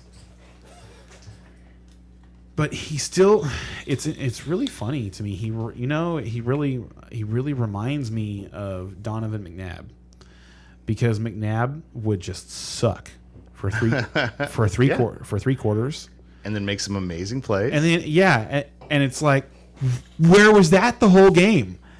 What I don't understand why you just figured out that you could roll out and scramble for 8 yards, like you just figured that out. And the Eagles keep relying on stuff like that to happen. The last couple of weeks, I think teams have kind of caught up with them a little bit. They have A.J. Brown's been banged up. They've had some injuries on their defensive line, on their offensive line. I think that had they been in the same situation, last week against the Packers, they'd have lost that game. That's what I think. So I really just I've been on Aaron Rodgers, figuring it out and getting better all season. You've been saying it all season. I agree. And he has started to turn it around the last couple of weeks. He still hasn't had that game where you go, okay, there's Aaron Rodgers. And I feel like it's now just like kind of around the corner. Like we were a couple weeks ago, we went into that Lions game, and I was just like, I don't know. Like I really don't know. But watching him like cook the Cowboys, and he did. Mm-hmm. And you've seen the Cowboys play 2 games since then, so it's not like somebody figured something out about the Cowboys and teams have just now started to hammer them in some way. Like they pummeled the Vikings, but Aaron Rodgers just roasted them, and because he's Aaron Rodgers. And I'll say that Aaron Rodgers, honestly, I think Aaron Rodgers has looked good all year. That's what I would say. He's been hurt too. Also, he's playing with a broken thumb. And on his throwing hand. Honestly, I've seen him looking good. His weapons have just been the problem. They're getting all better. Year long. They are getting better. I agree with that. I told you they Watson, would. Watson makes all the difference they're going to get Dobbs in the world. back too. Like Dobbs might play this weekend, and that's something. But Dobbs, I think it's important. Nothing like Watson. You keep. I disagree with that. Oh, dude, Watson is so much more important. I disagree with that because here's why. Mm-hmm. I'm not like you look at Watson and he's obviously an athlete. Like he's like you look if you were to just look at film of him running routes and stuff like that versus film of Dobbs running routes, you'd select Christian Watson. Then you watch footage of them making plays on the ball. And I think you would probably pick Dobbs over Watson. So at this point, Dobbs is more of your 50-50 ball kind of guy? It's not that he's a 50-50 ball kind of guy. I think he's just like he has more of a he just knows when to put his hands up and catch the football. Watson seems to make more boneheaded drops than Dobbs does to me. But has more talent. He has more explosive talent. Yeah. I will 100% agree with that. I think Dobbs is more of a Randall Cobb kind of guy. I think he's Randall Cobb. I would give you that. I think he's going to be a really good slot receiver throughout his career. I do think that. So getting him back, I think, and he is a rookie, and these rookie wide receivers tend to get better in the second half of the season, and I think and having Watson on the field will make him better. Yes. Because that's going to take that much more. Like Dobbs has been getting number one and number 2 I think it makes Aaron coverage. Jones better. I think it makes A.J. Dillon better. I think it just unlocks their offense a little Watson bit. is a We've been huge watching deal. all year long. Their offense have just been kind of clogged by their inability to make plays down the field. Receivers have run wrong routes. They've dropped passes. It's just...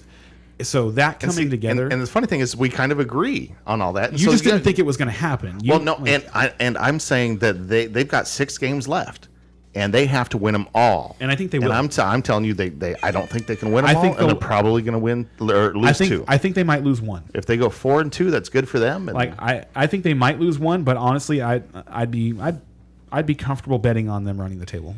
He's done it before. He's done it before. That's not something I want to bet on, but. Okay, so anyway, fantasy prospects, Eagles. I mean, you want to start A.J. Brown? You want to start Devontae Smith on the other side, I think? Personally, I think there's going to be a lot of points in this game. So I think you want to start everybody. Okay. And especially now with Goddard down. So I think you can just kind of auto-start Devontae Smith. Obviously, you're already starting A.J. Brown. Miles Sanders... because of like the targets they have to go somewhere, maybe Quez Watkins becomes interesting. I personally liked him going into the season, but there's just that's a desperation start though. It was a question. It's not something you're looking to start. The targets have to go somewhere. So you figure if Jalen Hurts throws the ball 30 times, right? You figure 18 of them went to A.J. Brown / Devontae Smith. Where'd the other 12 go? They got to go somewhere. See, that's I don't know. That's kind of a straw man argument to me. Like it's possible. But he's a good player. He's a good player. Like he's Quez Watkins is a really good number 3. Okay, but you wouldn't want to start him this week, but you'd be wanting to have him on your bench and like. No. I think he's interesting to look at. Okay, yeah, Yeah, keep an eye on him. Okay, keep an eye. Yes, keep an eye on him and see, because this is a game where the Eagles are going to have to score points. So it'll be interesting to see what they do with those extra targets now that Goddard is gone. Fair enough. All right. Next up, Monday Night Football. Steelers at the Colts. Steelers are at +2.5. Over under at 39. Money line's at +120 on the Steelers, and -140 on the Colts. All right. Steelers are going to crush. Let's move on. No. Oh yeah. End of story. Obviously, this is a very close, especially with the Colts at home. This is a very close to 50-50 game. I don't like picking this game at all. I'm going to take the Steelers here because they are my team, and I love that defense and all. Isn't Coach Saturday on the Colts? Yeah, it's another reason why I'm going to take the Steelers. So the disrespect from this man. In 2 games as head coach, he beat the Raiders on the road and almost beat the one-loss Eagles, who everybody has just steamrolling to the Super Bowl. Yeah, like he was. Hold on. He was a missed kick away from winning that game. Okay. And on the other side of the ball, we have Mike Tomlin, Hall of Fame coach. So we were saying he did that with controversy too. He did that with all that controversy, man. I don't even. Are you kidding me? How is that a freaking question? Well, he hasn't been to a Super Bowl in 12 years. He hasn't had a losing season ever. Okay, so he's very average, Jeff Fisher. Oh my goodness! What's up, guys? Wow. Need to know Rashad White or we're the Kamara boxing this gloves. week. Hey, Full PPR. Hey, I'm just saying, Jeff Fisher went to Thanks. 2 Super Bowls. See, I asked your question. Like he was 1 yard away from winning one of them. All right. Let's get to the question before we get in a wrestling match over here. If Santonio Holmes doesn't make that miraculous catch over 3 defenders, Tomlin doesn't have his 1 Super Bowl win. I mean, God, anybody listening, please back me up on this. My God, Tomlin? Are you kidding me? Tomlin is amazing. All right, what was the question? Need to know Rashad White or Kamara this week. Rashad White. Make Wow. Make it. If this turns into a bet, I'm gonna be so Oh happy. God, no! I will not bet this. No. Yay! I just like, wow, that is a tough one, dude. That is 2 people that I have pretty strong feelings about this week. I'm so high on Rashad White this dude, weekend. I am too. I love Rashad White this week. But Kamara Kamara is Kamara, man. It's against the 49ers, though. Wow. Yeah, I'm on Rashad White. To me, that's not even really a question. God, I'd love to see who else you could start. Like, I'd love to start both of those. Like, how can you not like fit both of those guys in your lineup? Maybe he had Barkley. Yeah, Maybe he had Zeke. Maybe he had Stevenson. Or maybe you have Dalvin Cook. Rashad White is somebody that you picked up. So yeah, there were 3 games yesterday, so it's very easy that people are like, to me, that people are having decisions like this. I don't think I could move. Oh man. So what? You're picking the Steelers? All right, I'd take Rashad White there. I would. I think Rashad White's going to be that good. His matchup is that I do great. too. I think he's going to be awesome the rest of the year. I really think Yeah. rest of season That's Rashad a tough White. call you gotta I make tried there, bro. so hard to get him in our league. My uncle wouldn't trade him for anything, and I tried weeks and weeks and weeks ago. I tried like week 4 to get him to get like. He had a quarterback go down or something like that, and I tried to trade him Aaron Rodgers for Rashad White when White had done nothing. He had literally done nothing, and I couldn't get him, and I was so sad. I was just, He has CMC and Mondre. yeah. See, he had Mondre, so he's definitely gonna start CMC. So he's gonna flex either Kamara or that's a great situation to be in. Yeah, but, yeah, you're in a good spot. Yeah, Congratulations, sir. So I'll tell you what. But, I'll tell you what. If you're in, it's really, man. You always want to make the right call, but I think that if you're in a difficult spot, like it's better to lean on known commodities than like just because like the rookie, he's had 20 carries once in his life. What like can he handle that? We don't actually know that yet.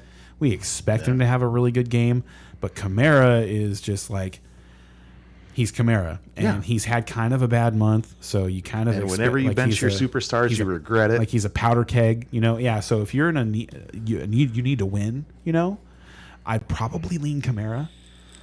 Like if you have to win this weekend in that situation, we're talking about a flex play, like because you already have two solid stars. You have Stevenson already scored you 20 points last night, and you have CMC who expect to have a great game. So really, you're talking about the difference between like the guy that scores you 22 as a flex and the guy that scores you 15 as a flex because we expect them both to be good. I would probably lean Kamara because I would just expect Kamara to get at least that minimum if you need a win. And I totally tough call because you got to look at White and go, look, where's his floor? But, God, with what's his name, with Fournette out, his floor is pretty darn high. I and agree. what's his ceiling? Well, his ceiling's got to be. Oh wait, gosh darn it, his ceiling is really high. I agree. I agree. It's just That is a if I'm tough call, in a man. tough spot and I'm playing for my fantasy life, I'm probably leaning on Kamara before Rashad White. I'm probably not going to bench Kamara because I would regret it. Like, Yeah, I don't think I totally hear you. I don't think I would regret benching Rashad White as much as I would regret benching Alvin Kamara. Yeah, no, I completely get that. That's a 50-50 choice.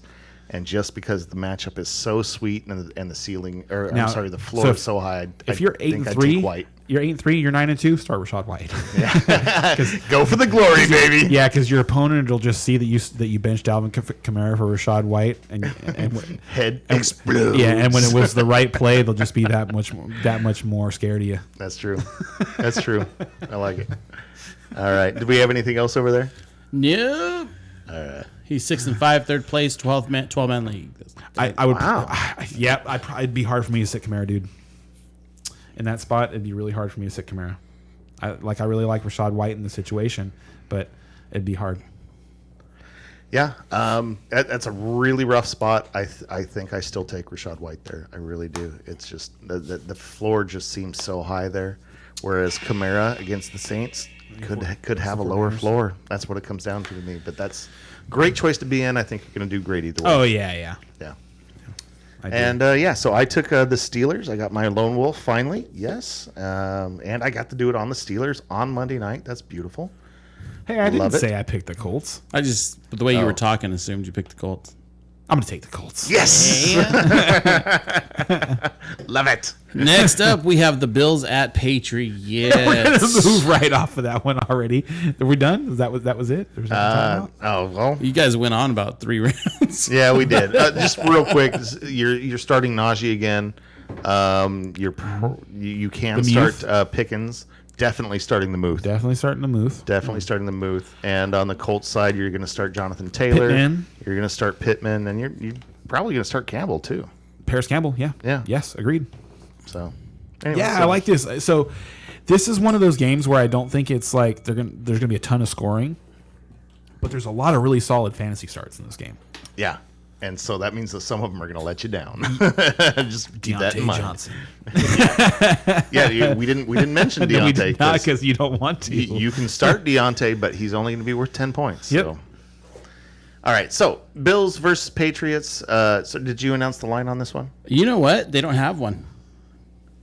There's no line on this game yet. Not with DraftKings, and I read off DraftKings since we lead into DraftKings anyway. DraftKings has nothing, no info on them. Interesting. Anyway, Yeah, it goes Bills straight- are the obvious favorite. Patriots are at home. My guessing is the line is about Patriots, or I'm sorry, Bills -5 would be my guess. What do you think? Usually in a game like this, it's right around the touchdown line. So it's either going to be 6.5 or 7.5. Okay, that seems high for me, but I don't know. Well, I think they're going to be right at the. It's going to be like I think it's going to be a touchdown margin. Okay. Yeah, somewhere in there. All right, so I mean, I'm going to take the Bills here. There's no way you're going to get me off the Bills. I think they need to win. I think they need to catch up with the other super teams in the league. And their losses have been rough ones, man. They're just like you can see how it happened. I still think the Bills are one of the top 5 teams in the NFL, and they could be the best. That loss to the Vikings. The Vikings game was probably the game of the year. Like you heard they sent Justin Jefferson's gloves to the Hall of Fame. After that game? Yeah, after the catch. No. Yeah, that ball. Oh, Yes. that amazing catch. Yeah. Did they really? Yes. Oh, that's cool. Yeah. So cool. So if anybody who doesn't know what we're talking about, you should YouTube Justin Jefferson 4th and 18. It was That was impressive. Literally one of the best catches of all time. Yeah. Agreed. So, Bills side, I mean, you're starting everybody you can, even though the Patriots defense has been pretty tough. Let's see. So, Singletary Justin Jefferson just Singletary is actually probably somebody you can leave on your bench. You know what I mean? If you have better options, They did not look start good him last if you night. need to. But They did not look good last night. The Patriots defense.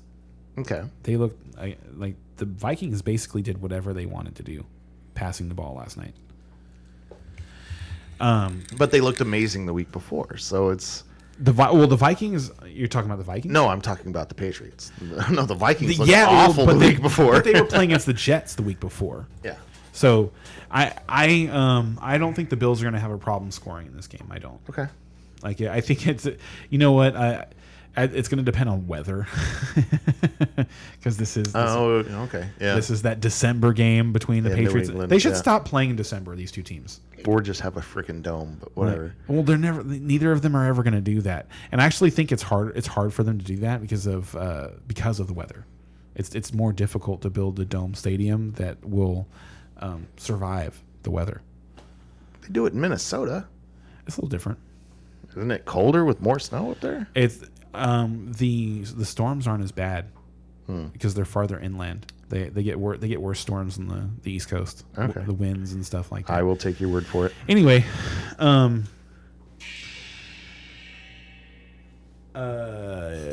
yeah, I don't think there's anything special to talk about fantasy wise. It really looks like I talked about this before, but Ramondre Stevenson definitely has that job on lockdown. Damian Harris, he's gotten less and less and less work over the last 4 weeks. Yeah, it's been proven. Yeah, so he's a handcuff. I said this last weekend. He's a handcuff now. That's what he's become. Yeah. So you auto start Ramondre Stevenson just every single week. Anybody else on the Patriot side?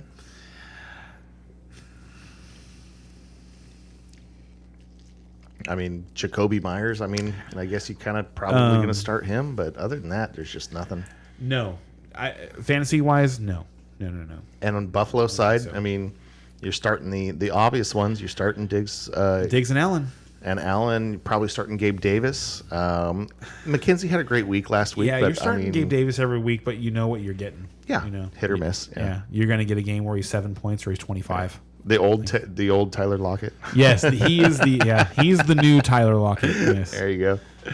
He's going to give you a 160-yard 2-touchdown game once a month. Yep. and a goose once a month. Yes, and a goose once a month. So, all right. So I mean, yeah, that was pretty self-explanatory. We all take the Bills there. Yeah. All right. Yeah, I'm not gonna. You want to I take the thought Patriots you here? may take the Patriots, but I'm going to. Wow. I thought the Patriots would win last night, and they have to win this game. So now here's the thing. For me, the Patriots feel like a slightly above average team. They're a team that Their defense is legit. I agree. And so they do They really have good against so teams that many are bad or not quite that good, or you know what I mean. But it just feels like against the good teams, they just get crushed. They're just not good enough. Their offense is just not good enough. They don't. I don't see, and I disagree. I think they have some nice pieces on offense, and the Bills just lost Von Miller. That's true. I think their pass rush is going to take a hit, and I think if you give Mac Jones time, he'll kill you. Like and I know that sounds. You said you'll give if you give Mac Jones time. In my head, I'm like will pass for 6 yards. No, dude. You know what I mean? Mac Jones can throw the ball. He can throw the ball. He can put the ball on the money, like in a lot of different spots. He looks good throwing the football when you give him time. Within 10 yards. I disagree with that. Yeah. I completely disagree with that. All right, he hasn't shown it to me this year, but he just did it last night. Did you not watch the game last night? You should go back and watch the game from last night because Mac Jones looked awesome. He didn't deserve to lose last night. All right. I thought the Patriots defense let them down last night. They did not play well. And that makes me think that New England's going to keep losing, but So New England gets to pay 2 Thursdays in a row, huh? Mac That is Jones, weird, huh? It's fun. He really looked to me. He looks like he does really a good impression of a young Tom Brady, because when he has a good pocket and he has time to go through from progression 1 to 2 to 3, he will put the ball on the money when he has the time to find that third progression. He's not very good on the. I think he's not very good when he's on the run, and he doesn't have the pocket awareness yet. But Brady didn't have it right away either. I think he looks like a I'm not saying, and don't get me wrong. Don't hear what I'm not saying. I'm not saying he's like Tom Brady 2.0. I'm just saying he does a really good imitation of a young Tom Brady. And people who don't remember, Tom Brady played like 7 years in the NFL before he ever threw 25 touchdown passes. To me, Mac Jones He- looks like a good or a second year Baker Mayfield. You know what I mean? Like that's where I put him. Like I disagree with that. his second year, Baker Mayfield managed to do a little something. Managed to kind of get along with You make me want to take my headset off and walk away from you sometimes. Because Yeah. compare him to Baker Mayfield. They're not even, like they're so just like when I compared so- Zach dude, Wilson there's- to Blake Bortles. I they're was so so- wrong, right? Yeah, it still is. It still is. Come on, 'Cause man. Blake Bortles is such a derp. And like Zach Wilson makes spectacularly He's bad. known as a derp right now. Come on, man. He's not known as a derp. He makes Wilson? he makes spectacularly bad plays. He does. Mm-hmm. But there's, to me, like Blake Bortles was never. He had his moments. No, he didn't. He did so. No, he didn't, dude. He has moments in the fourth quarter when they were losing by 25. That's not like, right. and Baker Mayfield is like, I don't know. There's no way you can compare him and Mac Jones, because Mac Jones is the guy that Back me up out there, people. Mac Jones, like, no, there's no way. There's no way. I don't I understand. love getting under his skin. It's so much fun.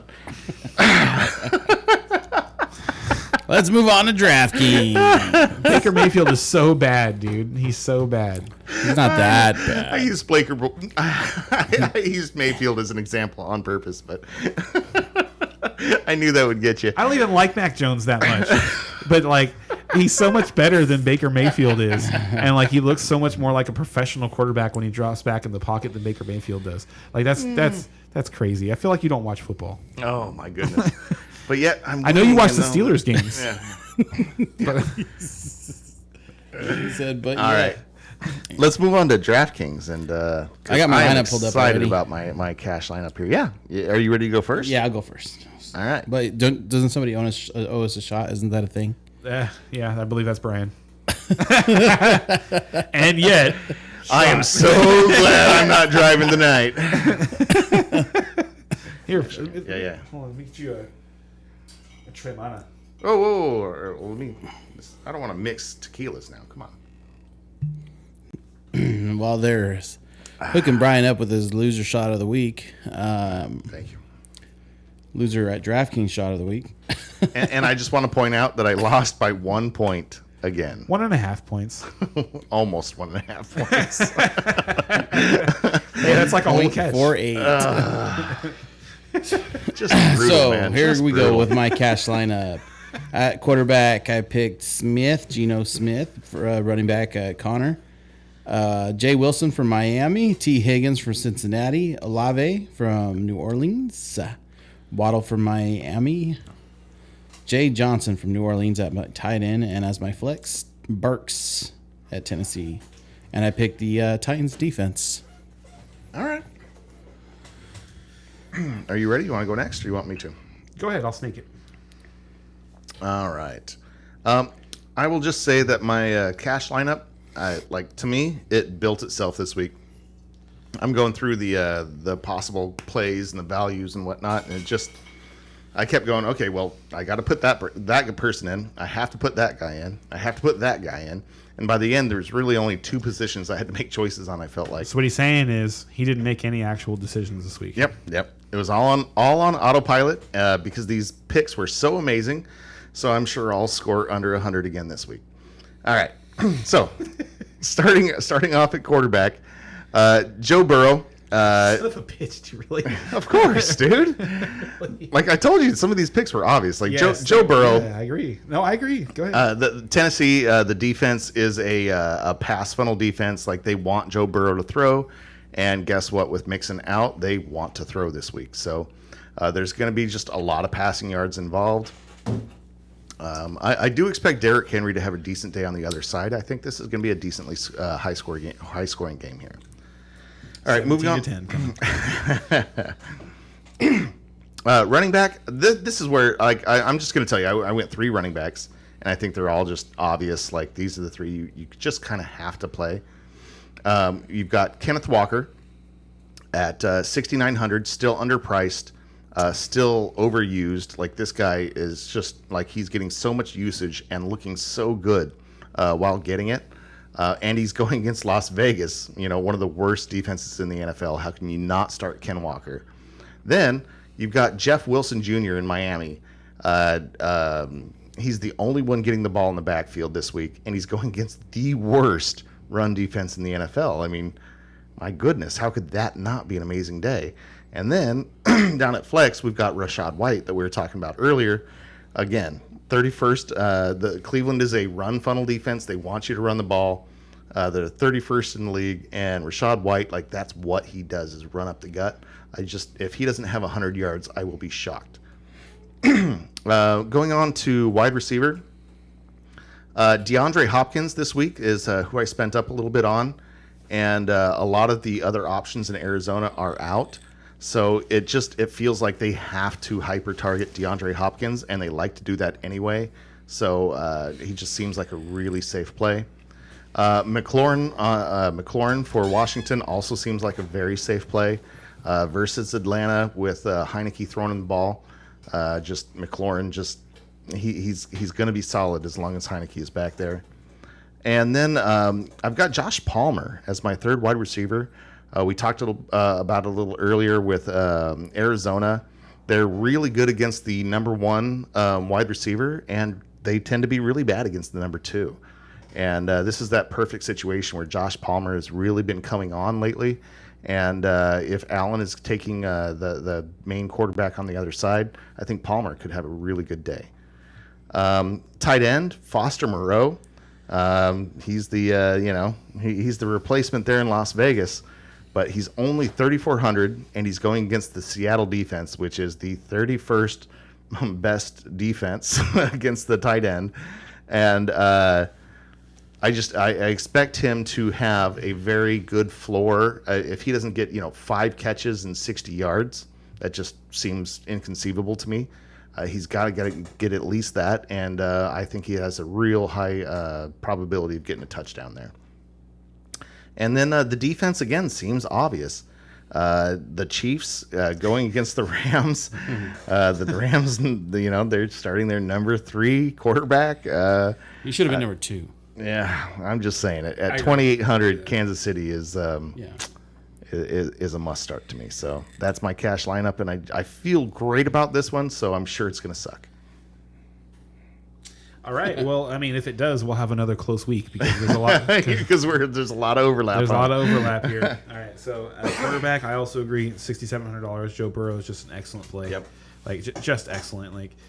I don't, without Joe Mixon, I don't see how he doesn't have a monster game. Like Tennessee would really have to crush them, and obviously I believe that that's not going to happen. Well, Tennessee's a running game, so they might keep them off the field a little bit. If they're successful. But Cincinnati has been getting healthy on the defensive line. They were playing better before DJ Reader came back, and DJ Reader came back last week. So anyway, I like Burrow. At $6,700 at running back, $5,400. I like Antonio Gibson against Atlanta this weekend. He's just been getting it done. He looks awesome. He looks like the best player on the team right now, and if not, it's a close second to McLaurin. Thank you. He just me personally, I think that like Antonio at the running back position, he's just asked to do a little more than McLaurin does, and like he looks awesome. At $5,100, Rachaad White is just he's too good not to play. Then at wide receiver, I also have DeAndre Hopkins. Thought that might be where we $7,700. differentiated a little. Yeah, I thought so too. I was when I picked Hopkins, I was like, "There's no way he's picking Hopkins this week." But he's been getting so much work. I'm a little wary of Marquise Brown coming back this week. But even if he does, he's still not going to be 100%. He's not going to be like full go. So Hopkins should still be like peppered, pretty heavily. And it might even help him out. You know what I mean? Also at wide receiver for $4,800 in one of my favorite games of the weekend, I've got Donovan Peoples-Jones. And then my punt play of the week, which I'm really, really excited to see what happens, is Denzel Mims at $3,100. He's been getting targets every time. Can you tell me his point totals the last 2 weeks? Just his point curious. totals are not good. Oh, okay.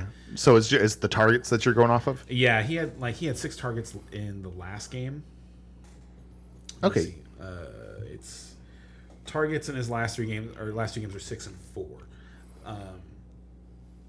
However, his snap count has been much higher, and those target counts are lower because the Jets have had a lot of 3 Zach outs. Wilson. They've just been poor offensively. So that's a gamble. Like I said, it's a punt play. Yeah, But yeah. for $3,100, all he has to do is catch 4 passes. Oh, dude, he catches 3 and you're thrilled. Yeah. So anyway, I like that one. At tight end, I'm going to do something I typically don't do, and that's spend up. I'm going to spend $7,700 on Travis Kelce. Yeah, I thought you had to spend up somewhere. Okay. And Kelsey, I mean, how can you argue with Kelsey? He's been great every week this year. He's That's 2 games now with 3+ touchdowns. Yeah, any of you who spent your first round pick on Kelsey and was nervous about it and you're just like, oh my God, I'm spending it on a tight end, like, You've been so happy. congratulations. Yeah. He's been amazing. Yep, it's been totally worth it. In my flex at $5,900, we already talked about this. Jeff Wilson, no Raheem Mostert this week. Jeff Wilson has been awesome. We talked about earlier, since Jeff Wilson came to town, Jalen Waddle and Tyreek Hill have both had their targets go down, and it's because the Dolphins have been more successful on the ground and more willing to run the football. So without Raheem Mostert, and with the league's worst rushing defense, you just can't go wrong, it seems like. And then at defense, I'm going to start the Jets at $3,300. The Jets are just getting it done. They're forcing turnovers and getting sacks against everybody. Even if Justin Fields plays this weekend, he turns the ball over. So even in the games where the Bears have scored 30-ish points, the defense has been startable on the other side because they've given up a fumble touchdown or a pick 6 or just 5 sacks in the game and turned the ball over a couple of times. Yeah. So the Bears are still a good team to start against for your defense, and the Jets are just really, really, really, really good. The Jets to me are like a top 5 defense right now. Oh, they are. They are. So that's my cash lineup. All right. Now Tell us your tournament lineup. How did you move on differentiate here? Move on to the tournament lineup, and like I said, I like the Browns Buccaneers game as my favorite game for points this weekend. So I'm going to go with the old man Tom Brady at $5,800 at quarterback, which is, it seems just super low. At running back, and it is. At running back in my tournament lineup, I'm going to spend up this week $6,600 for James Conner against the Chargers. No wonder you defended Connor. Well, I defended him because I traded for him, and then he was awesome last weekend and proved me right. And now he's coming into this awesome matchup. Like, he wasn't even in a good matchup last week against the 49ers, and he was really good. So I think James Conner is going to have a big game this weekend. At $8,800, the most you could spend on running back, I'm going to play Christian McCaffrey. Ooh, all right. Because I like I said earlier, I think that the Saints are taking on water. I think the 49ers are selectively using How much was Christian he, by the way? McCaffrey. He was $8,800. So which for McCaffrey seems Is like a still steal. low. Yeah. Anytime the rule for Christian McCaffrey has been if he's less than $10,000, you start him. Yeah. Like, it's been that way for several years now, and now he's in the Kyle Shanahan offense. Yeah. And the only question is how much they're going to use him. Like, Because he's gonna have some huge He's games. already proven to be efficient and awesome. But if they pull ahead by 2 touchdowns, are they going to that's the question. And I think ease him back? Put in more Elijah Moore. And the Saints have, by hook or by crook, put up points against a lot of teams this year. They have. They have been in a lot of games. So anyway, moving on. At receiver for $6,400, I've got Amari Cooper. Yep, he's at home. To stack back against Tom Brady and Chris Godwin at $6,000, which just seems really, really low. I've also got Denzel Mims in this lineup. He's my punt of the week. He's just my favorite play. Like at $3,000, I feel like he's just. I kind of feel like he's a lock for 10 points this week, 10 PPR points. Okay. At tight end, probably my favorite play at tight end this week, outside of Travis Kelce, is David Njoku at $3,600. In the flex, I've got Ken Walker at $6,900, and playing a Chiefs defense in the tournament. Yeah. And honestly, in the tournament, so here's my rationale behind that is in playing the Chiefs defense in the tournament lineup as opposed to playing them in the cash lineup. Okay. Now, the Chiefs are not a great defense. They have a great matchup against the Rams. So while they might be the hottest pickup for anybody who's streaming defenses this week, it's still entirely possible that they give you 2 points and give up 28 to the Rams. Like, get no sacks, no turnovers, and give up 20-plus points to the Rams and are worth nothing. Whereas the Jets are getting to the quarterback every single week. And that's how you produce points. So, like, in your cash lineup, you want the more guaranteed points. And so that's going to happen with the Jets. And then in your tournament lineup, you want the more boom bust play. So like the chance that Bryce Perkins throws a pick six or fumbles the ball or just like gets sacked in the end zone, something like that, because he's inexperienced, is more likely and it makes a better tournament play. And let me just like jump on that here. The Jets are averaging 8.6 fantasy points a game, and Kansas City is averaging 6.1. So it's only a 2-point differential. 6.1 is actually still a pretty decent average for defense. And to have such an amazing matchup, I think that kind of overpowers that little edge. I don't look at fantasy outputs like points like that. I look more at the defense and their ability to force turnovers and their ability to sack the quarterback. And the Chiefs don't do either of those things very well. But they've been managing to get that 6.1 as an average. So that means they've had some good games. I'm just telling you. It just matters. It matters. All right. My tournament lineup is actually fairly similar to my cash lineup. Like I say, there were so many picks this week that were so great that, I mean, I had real trouble moving off them. I'm going to go through all this tomorrow again and see if I can figure out some other tournament plays. But it just seems like some of the plays are just so obvious this week that I feel like I'm going to play them and probably play fewer lineups and just kind of go from there. So I went with Burrow again, and this time I stacked him with T. Higgins, which I didn't do in the cash lineup. And because I did that, I went Derrick Henry on the other side. So if we're going tournament lineup, I figured that game has to go crazy. And if that game is going crazy, then so is Derrick Henry, so is Joe Burrow, and so is T. Higgins. Jeff Wilson, I just can't get away from in that spot. We talked about it earlier. McLaurin, same thing. Palmer, same thing. I just can't get rid of I just can't get away from those guys. Foster Moreau is just a huge savings at $3,400, and Rashad White is amazing. And so since I fit everybody in there, including Derrick Henry, I had to go with a long shot at my DST, my defense, and I went with the Jaguars. And while they're playing Baltimore, which isn't a great matchup here, they are at home. And they are averaging 6.6, so at 2.5 as a salary, I think they're a nice savings that might have a good floor that is good enough for what you need. And like I say, DST, you never know, you could get lucky. All right. Ray. So I picked the Vegas Seahawks game. So I have Geno Smith at the quarterback. Hopefully, Jacobs goes from questionable to healthy. And have him as my running back. Walker from Seattle as well. Adams from Vegas. Jones from Jacksonville. So, yeah, I had to squeeze in some other players there. Metcalf for Seattle. Yep. Njoku from Cleveland.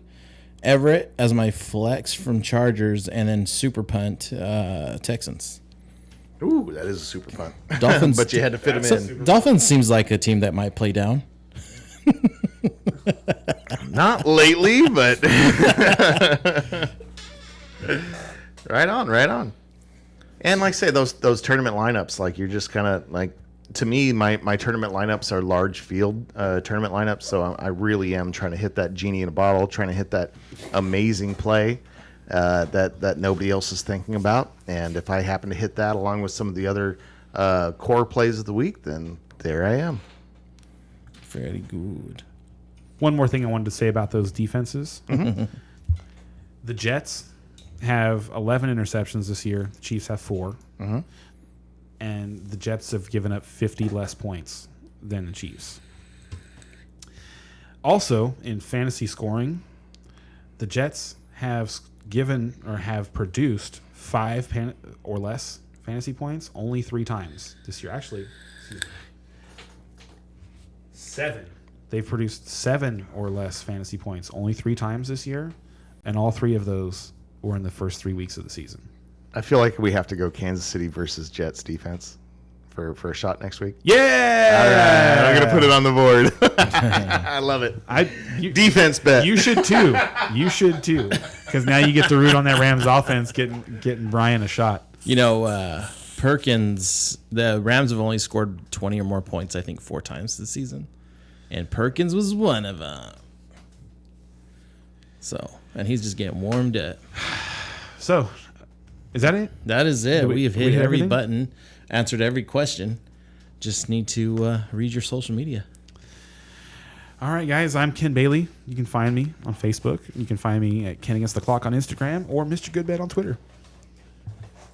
Brian is still accepting letters. I was gonna say, do you really want to hear what I think about social media? Really? Is that P.O. what we're Box doing? Brian. Yes, P.O. Box Brian. And I'm Cloud Adjuster on all platforms. We will see you guys next week. Peace out, everybody. Good luck, everybody.